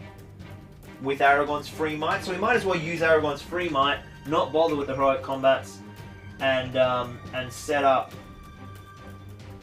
a charge with Bilbo like that, and then oh, you know what? Bilbo will make a charge there, so then he's protected by Aragorn on and that model on 2 flanks. So there's Bilbo. Now all the other orcs will charge in, and that way they can only actually get 3 attacks on Bilbo. He's going to be trapped, of course, so lose a fight, and it's a bad day. These guys will all just jump in on Aragorn, and we'll put the spears on Aragorn as well. There's honestly like no point having the wargs. The orcs are just going to shoot. The wargs are just hanging about, waiting for some fun. This warg will charge the ranger. Charge him, these guys will get in. Does the next Warg Rider come on? He does. Where does he come from? He comes on from that side once again. Still, what is it? 5 more Wargs to come on the battlefield? Ridiculous. Yeah, I've been putting the dead Wargs over there. So, there's still another 5 Wargs, or 4 Wargs now. Okay. I hear another Hobbit in the background. Yeah, I have a feeling we may need to actually call in some reinforcements, or this is going to go very badly. So we're just gonna see what happens in this turn, and some help might be needed. So we are sure as hell not letting Bilbo lose. It's not happening. I'm declaring it now. Okay, let's do priority. Not priority. Let's do combats. Let's start with Aragorn. He's not going to call a heroic, obviously, because he's spent his free. He's going to need his free to, he's going to need his store to win the fight, I think. 3 dice on 4 dice. And Aragorn gets 5s. And the orcs get a 6, so he'll have to spend 1. And he needs 4s to wound. And I hate you, Aragorn. He killed 2. It's better than last turn. 2 orcs dead. 2 orcs dead. Aragorn is reduced by 1 might. Bilbo. Fighting against 3. One of them 2-handed. Come on, Bilbo, you can do it. Bearing in mind he does have his reroll, of course. He got a 4. No, he didn't. He got a 6. He got a 6. Yes! So the 2-hander got a 4, which goes down to 3, and the other orcs got 5s, and Bilbo gets a 6. Get out of there! On fire, Bilbo. Oh, he gets to wound now as well. He's strength 3, so let's just strike against any of them. Oh, and another 6! Bilbo, dishing the pain. Let's kill the spearmen. They're the most dangerous. That is it, Bilbo. Alright. Priority. Oh no, we got a ranger as well. The ranger fighting a charging warg. I think his days might be over. Come on, ranger. We need you. We need you. Oh, he clutches it with a 6. Gets the fight value. Hack at the warg. Doesn't kill the warg though. Okay. Still around though. Still around. Okay, let's go one more turn before we go any alterations. Priority. Evil win again, but Aragorn and Bilbo don't really need to use any might for anything really. So so Aragorn can keep his free, and Aragorn is going to have 5 attacks on him now with the spearmen bringing their weight to bear. We'll just chuck. Yeah. That's only 1 on Bilbo now, actually. No, I think we probably need to keep the pressure on Bilbo. Put the 2-hander. Bilbo getting that kill is actually really annoying, because I hadn't bothered putting anyone else in the thicket. So Bilbo's just going to be fighting 2. Aragorn's going to be fighting 4. And this bowman will do like a half move in. This warg will start to move in. This warg will start to move in. Let's check the last warg. Not the last warg, the next warg. Yep, they're coming in, all from the same side now. The wargs have just come in from like... They all came in from this side, and they all came in from that side. Okay. Gildor and his exiles. Yeah, where's Gildor? Eagles. I don't have any of these models. I really need Gildor too. Alright, let's jump into combat. Let's start over here with the Ranger. He did it again. He did it last turn. Can he do it again? It's unlikely. Yeah. Knocked over, prone, and dead. Oh, he's got Fate, though. This Ranger's got Fate. Okay, let's roll all the attacks. He died 3 times. Alright, well, the Ranger, I don't know, he didn't really do much. He stalled them, I guess, but not much. Okay, let's do Aragorn. You know what, Aragorn? Aragorn's going to call a heroic combat. He's got 3 attacks. The Orcs have 4, but because I put 2 spearmen in base contact with their Orc counterpart swordsman, Aragorn could execute a heroic combat on 4s here. He's got a win, of course. It was free. That was the only reason I sort of did it, to be honest. And Aragorn rolls 4 high on a turn of import, and those guys have rolled a 6. I'm not going to spend any might for that, so I'll just have to lose that fight, unfortunately. Conveniently, I'm not trapped, because I went for the keep my orcs alive option. So they're all trying to wound Aragorn. They all need 5s, and they get 1 wound. We'll just take that. We'll just take that. So Aragorn's on 1 wound, 2 mites. Bilbo fighting 2. Bilbo gets it. Oh no, wait, no, it's a tie. Tie on fight value after the 2-hander bonus. So that is 3s all round. So it goes to a roll-off because Bilbo's got no might. On a 3, 4, or 5, it goes to the Hobbit. Yes! Bilbo gets it again! He needs 5s to wound the 2-hander. No luck, but importantly, he's still alive. Okay, priority. Goes to the forces of good. Okay, here we go, here we go. Let's make a play here. What can we do? What can we do? I think Bilbo is going to charge 2 inches to these guys to tap that 2-hander. Aragorn is going to charge into the woods and hit those 2 models. Is that a risky maneuver? Tell you what it is. Aragorn's going to charge that model as well. So now, the Warg can get through and make a charge, but of course he's an infantry. And that model cannot charge. So he is stuck there. So he'll just charge Aragorn. And he'll just charge Aragorn. And he'll charge Aragorn. And then we'll put a support. And then we'll throw... That guy won't be able to get in either, so this guy's just going to run around here. We'll throw the support. So Aragorn is going to be fighting 1, 2, 3, 4, 5. I mean, potentially even 6 if we want to. And then this Warg Rider, he's not going to be able to fit, so he's just going to move around. He's moved full already. He's moved full. Yeah, the pine trees are proving really useful. The next Wild Rider, he doesn't come on. The pine trees are proving quite useful because I've got Aragorn in a pine tree, like blocking that gap, so that Bilbo can't get charged. A dragon. Andy Merchant says, dragon? Nonsense, there hasn't been a dragon in these parts for 1,000 years. Alright, let's jump into combat. I'm going to call a heroic. Am I going to call a heroic combat with Aragorn's free? He's in base contact with 4 models, so that would be statistically impossible. So no, we're not going to do that. 3 dice, 2. 1, 2, 3, 4, 5. And you know what? 6. The difference between 5 dice and 6 dice is negligible, and it takes an attack off Bilbo. So, Aragorn versus 6. Let's set the tone with Aragorn first. He gets the 6. What a legend. Beats off 6 opponents, needs 4s. Come on, Aragorn. He only gets 1.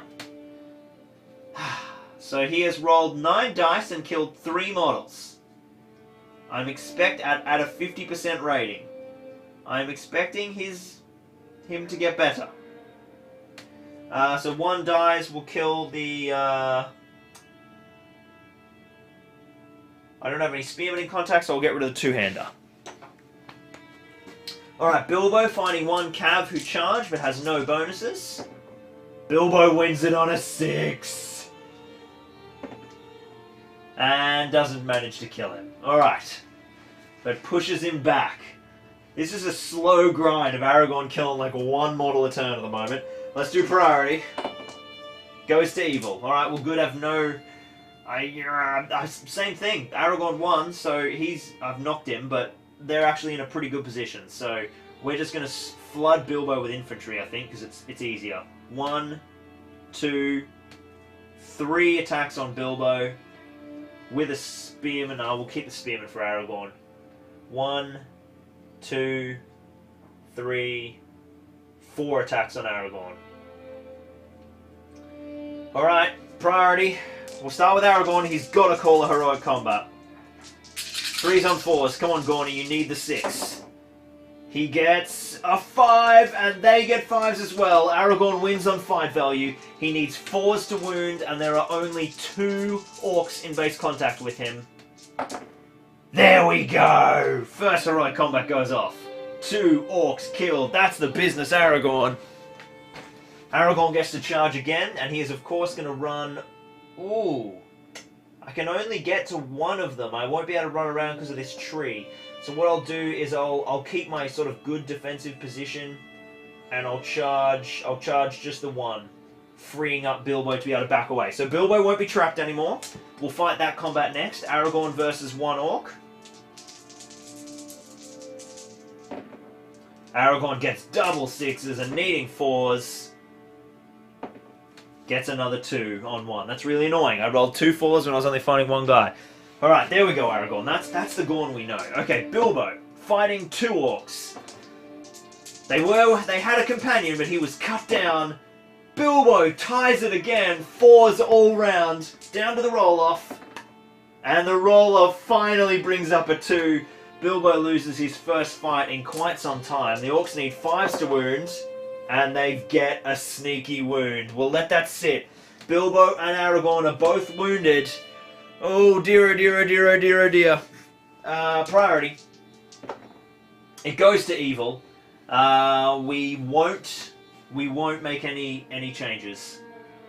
Let's just get everyone on Bilbo. The orcs can sense blood. 3 attacks on Bilbo. Aragorn has now found himself out of the woods, which means Cav have charging bonuses, but only 1 of them will be able to get there without being in woods. So, yeah, okay. Combat. Aragorn will use his free to call a heroic combat. If this one comes off, it will be a miracle. A miracle. The orcs have 4 attacks. 1 charging warg, then 1 normal warg, and 1 orc. Aragorn wins on 6s. That's double 6s, in fact. Double 6s out of 5. If he can roll that again for wounding, that will be huge. Striking the riders, it's 4s all round. 3 4s. Come on, Gorny. Come on, Gorny. Okay, he's rolled a 4, a 6, and a 3. I'm going to spend might to make that a 4. That is 3 models killed. So that guy dies, and then the 2 riders die, but do their wargs flee? Which is something I sort of hadn't considered, to be honest. Alright, courage check for the center warg. He fails! Courage check for the back warg. He fails! Both wargs run away. Aragorn just pulled off a 5-model heroic combat. This is it! We've got this! Aragorn is going to use his woodland creature. Once again, he can't pair off 2 of the models. So he is actually going to run into here and make a charge against this unengaged warg and the orc fighting Bilbo. So let's do that combat. Aragorn is on a roll now. 3 attacks for Aragorn. He gets 4 high. 2 attacks for the orc and warg. Whoop. And they only get 4 high. Aragorn wins on fight value. Needing 4s. He gets a 5. I will put that on the... it's exactly the same. What should I have wounded first? Probably should have declared. We'll randomize it. 1, 2, 3, it's the orc. Okay, so that was on the warg rider. Let's see if the warg flees. The warg does not flee, so we now have a wild warg in play. It's a good thing that warg stayed around and not the other 2. And then I could spend Aragorn's last point of might from the store to finish off this orc, but I don't think I'm going to. More importantly, he's being taken off Bilbo. So now Bilbo has to fight 2 orcs on his own. Bilbo, Aragorn is finally lifting his kind of, you know, doing his part. You need to do yours now, alright? What do we want? We want the Gandalf dice for Bilbo. Oh, double 6s! Double 6s from the orcs. Bilbo gets a 5. Obviously, he's got his reroll, but he'll need to reroll up to a 6. Oh, he does it! No way! A big 6 for Bilbo. He ties the fight on fight value. Does it go to the orcs on a 1 to a 2, or a 3 up for Bilbo? It goes to Bilbo! Lovely work, Bilbo. Absolutely clutching it. We need to upgrade Bilbo.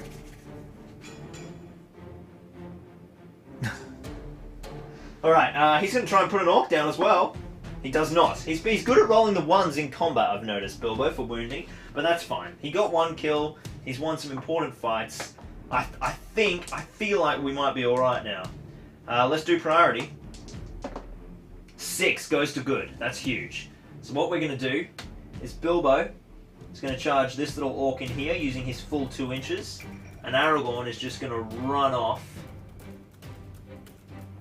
to fight that warg, knowing full well that everyone else is going to come at him. So he's going to support Bilbo. He's going to jump on Bilbo. But what that has done is it stopped Bilbo once again from being able to get trapped. So let's see if this guy can come in. 4 inches. 1 inch, so that leaves him sort of 4 or 5 inches left. Oh, he actually can. Oh no, because it's quarter move, so that warg can't get in combat. That warg cannot get in combat. So a warg can move 2.5 inches, so that warg can get a charge on Aragorn though, to at least make the heroic combat more complicated. Alright, Aragorn's free point of might. Heroic combat. 3 dice for Aragorn, 2 dice for the warg, who has charged but has lost his bonuses, and the wild warg. The wargs get a 1 and a 2, and Aragorn says, thank you very much, I'll only roll a 3 and I'll still win the combat. Good work, Aragorn. Needing 4s all round, we'll prioritise the warg rider first.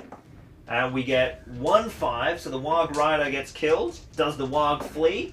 He does. So that whole model goes. And then I rolled, my next best dice was 2s, which is not enough with 1 point of might left. I've only got 1, haven't I? Yeah. So not enough to kill him and trigger the heroic combat. So Bilbo will be fighting 3. Scary times. Oh, also, we forgot last turn to check where the wargs are coming on. 4. There's another warg on here. Alright, Bilbo, you're fighting 3. Can you clutch it one more time? 1 dice. 1 dice for Bilbo. 3 dice for the orcs. You're not trapped, Bilbo. That's the saving grace. It's all about the positioning. Oh! Okay, the orcs have only got 4 high. Bilbo's got his reroll. He only managed a 3. Oh, he gets a 5! Yes!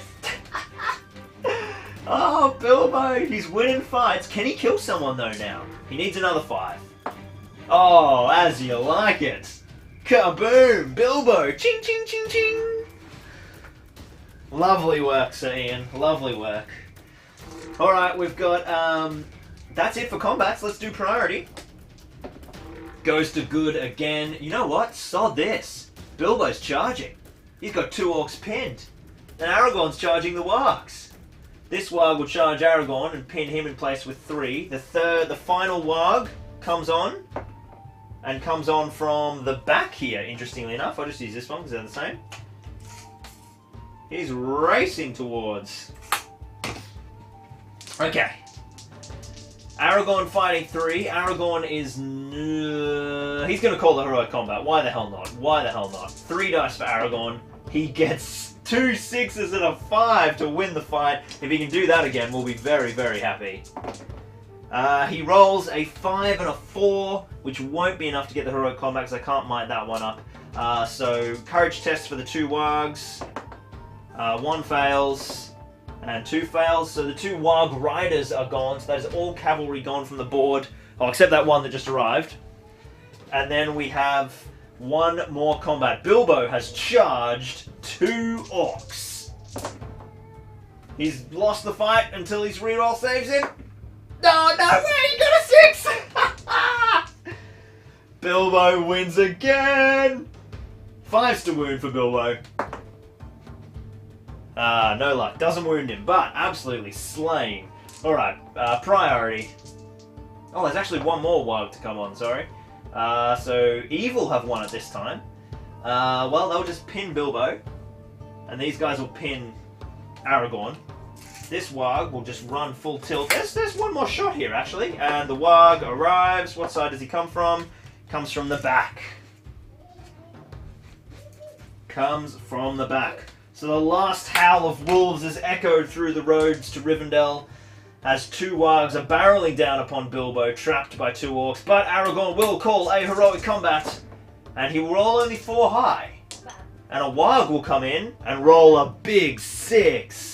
Aragorn does not have the might to up his rolls. Aragorn is defeated. And takes a cheeky wound. Aragorn's down to 1 wound. Jeez, what a play from the Warg Rider. It's not over yet. Alright, Bilbo versus 2 orcs. Bilbo rolls a 3, the orcs roll a 5 on his reroll. Ooh, doesn't clutch it this time. They need 5s to wound. And they get a 3 and a 4. Bilbo is still unwounded on his 1 wound. Fate points intact. Priority. 5 goes to the forces of good. So, let's have a look at this. I think it's time for Bilbo to say, look, thanks everyone, it's been fun, but it's time to go. Aragorn is going to sprint out and charge these 2 orcs. The wild warg will then charge Bilbo, which is fine, no problem with that. This warg rider, just can't get in combat with Aragorn. So instead, he's just going to run around to try and catch Bilbo. And so is this warg. Okay. Heroic combat for Aragorn. He's got to call it. 3 dice. He gets 5 high on the dual roll. The 2 orcs. You know what? The 2 orcs are going to shield, because we don't want to die. They get 6s. Aragorn could spend his store point of might, but it's a low percentage play. Alright, Bilbo versus a warg. Ooh, Bilbo gets it on a 5. Putting him down on 5s. Fails to wound. Okay, priority. It goes to good again. I think Bilbo is terrified of that warg now, so he's going to charge the wild warg. Aragorn is going to charge this cav. And the orcs, seeing their opportunity, 1.5, are going to make a charge on Bilbo. Oh, actually, we'll do it this way. Orc, spear support, Wild Rider. Oops, off he comes. So Aragorn is going to call his heroic combat. He's fighting 3 wargs. He needs a 6 here. 6 would be strong. He gets it. 1, 2, 6. Needs 4s on the riders. He gets a 5, and then he'll spend his last store point of might to get the 4 to kill the 2 riders. Do the wargs hang about? The first one does, and the second one doesn't. So, the heroic combat does not go off because the wild warg has remained, which means that Bilbo has probably one last really tough situation to survive. 3 orcs, 1 Bilbo. He's not trapped, thank goodness. He gets a 2 and they get 5s. He's got his reroll. He's still on 2. They need 5s to wound. Oh, they get a wound. They get a wound. Bilbo is out of wounds, but he has 3 fate points. Will the fate of the Valor protect him? He passes the first one. What a champ. Alright, Bilbo is down to 1 wound, 2 fate. And probably one of our, probably in the final turns here, I'd say. Priority swings to evil. That actually is pretty big. Because it means that the orcs will be able to trap Bilbo. So Aragorn will have to call a heroic move. And he will jump in and charge those 2 orcs. And Bilbo just gonna leg it. I mean, no matter what happens, no matter what happens, he's gonna get charged by the 2 wargs. Might as well do it out here, where he can get away from the orcs if Aragorn doesn't kill them. Alright, so Aragorn is out of might, he has no free, he spent it for the move. So we have to fight these as normal. 2 orcs versus Aragorn, they are both gonna stab. Aragorn wins the fight on fight value, the orcs take stabbing damage, neither of them die, and then Aragorn kills one of them, but not both. Bilbo fighting 2 wargs. I said that his big test was over, but this could be another one. Bilbo on 2 wargs. Bilbo gets a 2, here 4 high. His reroll gets a 1. They need 5s to wound, and they get a wound. Bilbo must pass both of these fate points to survive. He rolls the 3.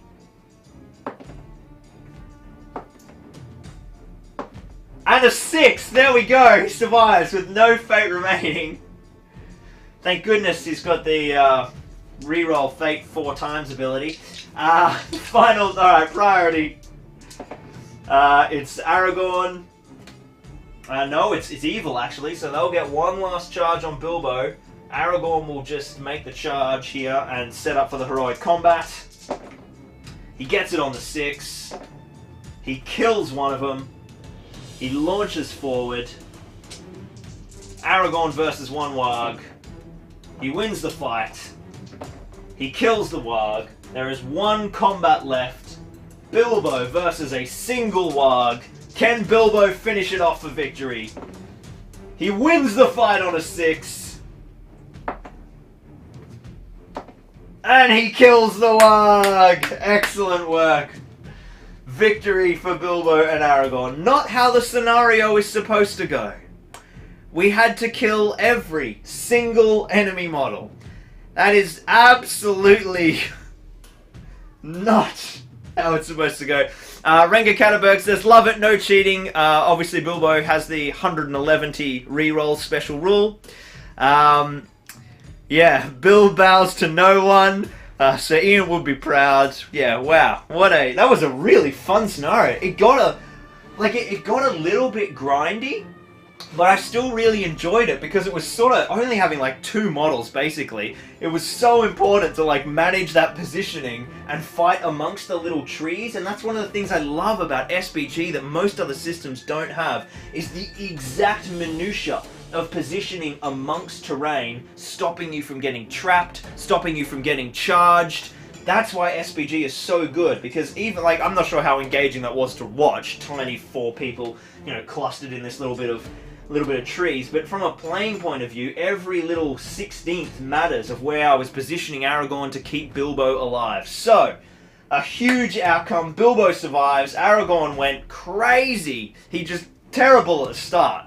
3 kills from 9 dice, and then he was just killing everything. Heroic combat chains, absolutely beautiful. So well done, Bilbo.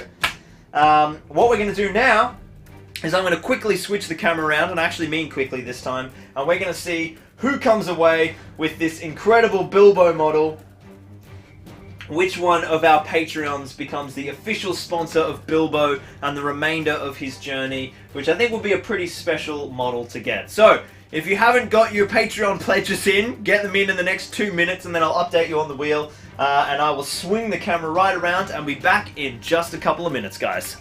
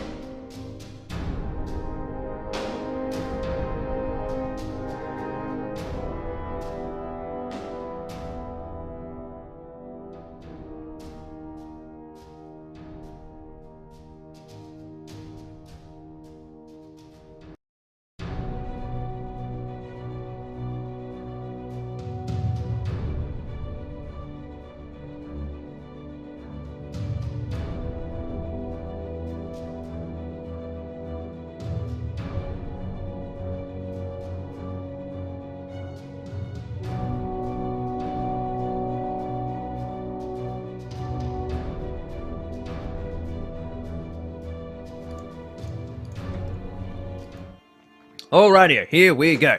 Oh, that's a bit loud. There we go. Shouldn't be too loud now. So, let's do our little giveaway. We've got our Patreon reel all rigged up. But first of all, pretty awesome scenario, I think. That was great fun. Yeah, I really enjoyed Bilbo. He's quite a cool profile, actually. Only one might was brutal. I mean, he's only 40 points or something, but yeah, he was with the mithril coat and everything. Defense 5, not too bad. Strength 3, 2 wounds, 3 fate. It's pretty solid on a little 2 wound, 3 fate, 40-point character. So very durable. Managed to get out of some tricky situations. Of course, having the special reroll certainly helped him a lot. So maybe that added a bit too much to his survivability. Let me swing back over to the chat. Renga says, Sir Ian would be proud. Charlie says, brilliant. Declan, love it. One of my favorites. Andy says it was an epic battle. And Kenny said, nice. Just shut the cameras off again. It will be more exciting that way. And Renga says, really nice battle. Well, glad you guys enjoyed it. And we've got, yeah, right. So we're going to do the giveaway for this. And then we've got to run through what we're doing next week, which is what we were supposed to be doing today. So let's whiz up the spinny wheel of all giveaways. See if I can get this on the table. There we go. You guys can see that now.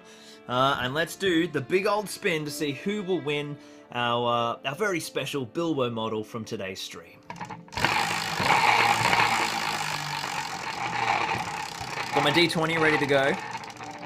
We just deafened you all. Ooh, number 18. Number 18. I don't think we've been in lucky number 18 just yet. So we have Christopher Ulbrook, Sam Nash, Deezer Irons, Mithras, Jimmy Gaywood, Marcus Bird, Chris James, and David Critchley. There is 1, 2, 3, 4, 5, 6, 7, 8 of you, which means we can even use the D8.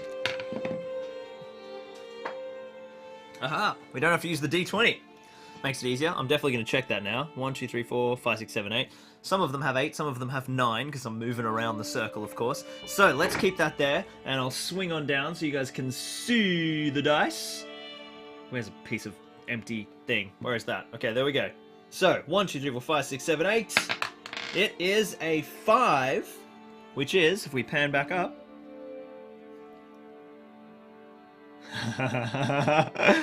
Mr. James Gaywood! Da-da-da-da-da! Jimmy from down in Melbourne. So, Jimmy, you are now the proud sponsor of Bilbo and his journey. And I don't actually know how many more installments Bilbo has in this campaign. This is obviously his first issue 62. So, I don't know how long, if he has any other battle reports. So we'll have to wait and see what his journey entails. Otherwise, you may be receiving him very soon indeed. So there you go, Jimmy. Thank you for the support, and thank you to all my Patreons. Without you guys, this would not be possible at all. You pay for everything, so thank you very, very much indeed. Now, what the hell are we doing next week? Well, I talked about it last fortnight, and then didn't mention it again throughout the fortnight. So time to talk about it more in depth. We are going to be doing some sort of special Barlin's Tomb edition. We have an amazing giveaway for next fortnight that has been painted up by Michael Buchan from the Buck and Duck YouTube channel. He does an awesome channel with lots of beautiful painting tutorials and mini bits and pieces and lots of SBG content in general. His link is down in the description below. And he has sent me the full Barlin's Tomb diorama with all 9 painted Fellowship members, which is just amazing. So one lucky Patreon is going to win themselves the entire Fellowship. So what we're going to do, because obviously all 9 models are painted, is we're going to have a look at the Barlin's Tomb themed issues, which I think are like 17 or 18, so we won't even be leaping that far in the future. And we're going to build, we're going to do like a mini Barlin's Tomb diorama using the old Mines of Moria pieces, make something entirely on the stream, and then play a couple of battle reports in it where we use all 9 members of the Fellowship to hold off Terry the Troll and who was it? James Carver's Goblins, Groblog's Gobjobs, and all the other Moria goblins that are going to come and ambush the poor Fellowship as they're absolutely surrounded. I do have it here for a quick glimpse.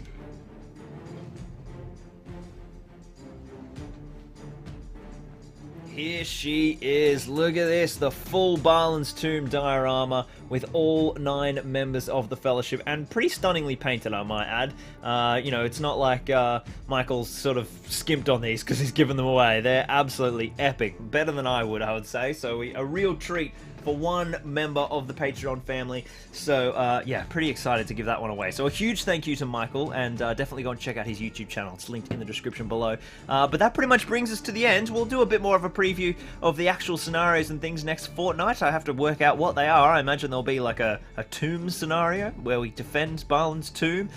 Maybe even some stairs. I don't know. We'd have to build a board for that. So we'll have to wait and see. There's some cool stuff. There's also like the Watcher in the Water bits and pieces as well. And I do have those tentacles on the way, thanks to a very special someone who sent them up to me at a very cheap price indeed, which is going to help.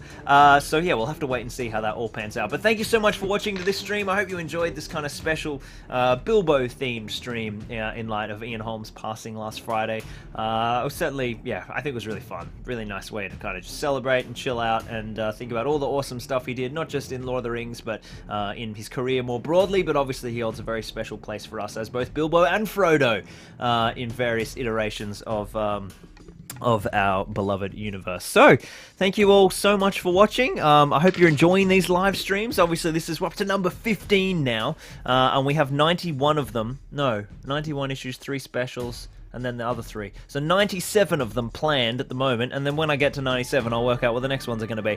So I hope you guys are still enjoying it. I'm loving doing this every fortnight. It's a nice way to kick off the week, gets me kind of primed and going, and it's just an awesome way to interact with you guys as well. It's really, really fun. So hopefully you guys are still enjoying it. We had a pretty good amount of viewers in as well, so obviously people are still watching, which is good. So I'm glad. We shall see you all next time right here on Zorpazorp Gaming. Cheers, guys.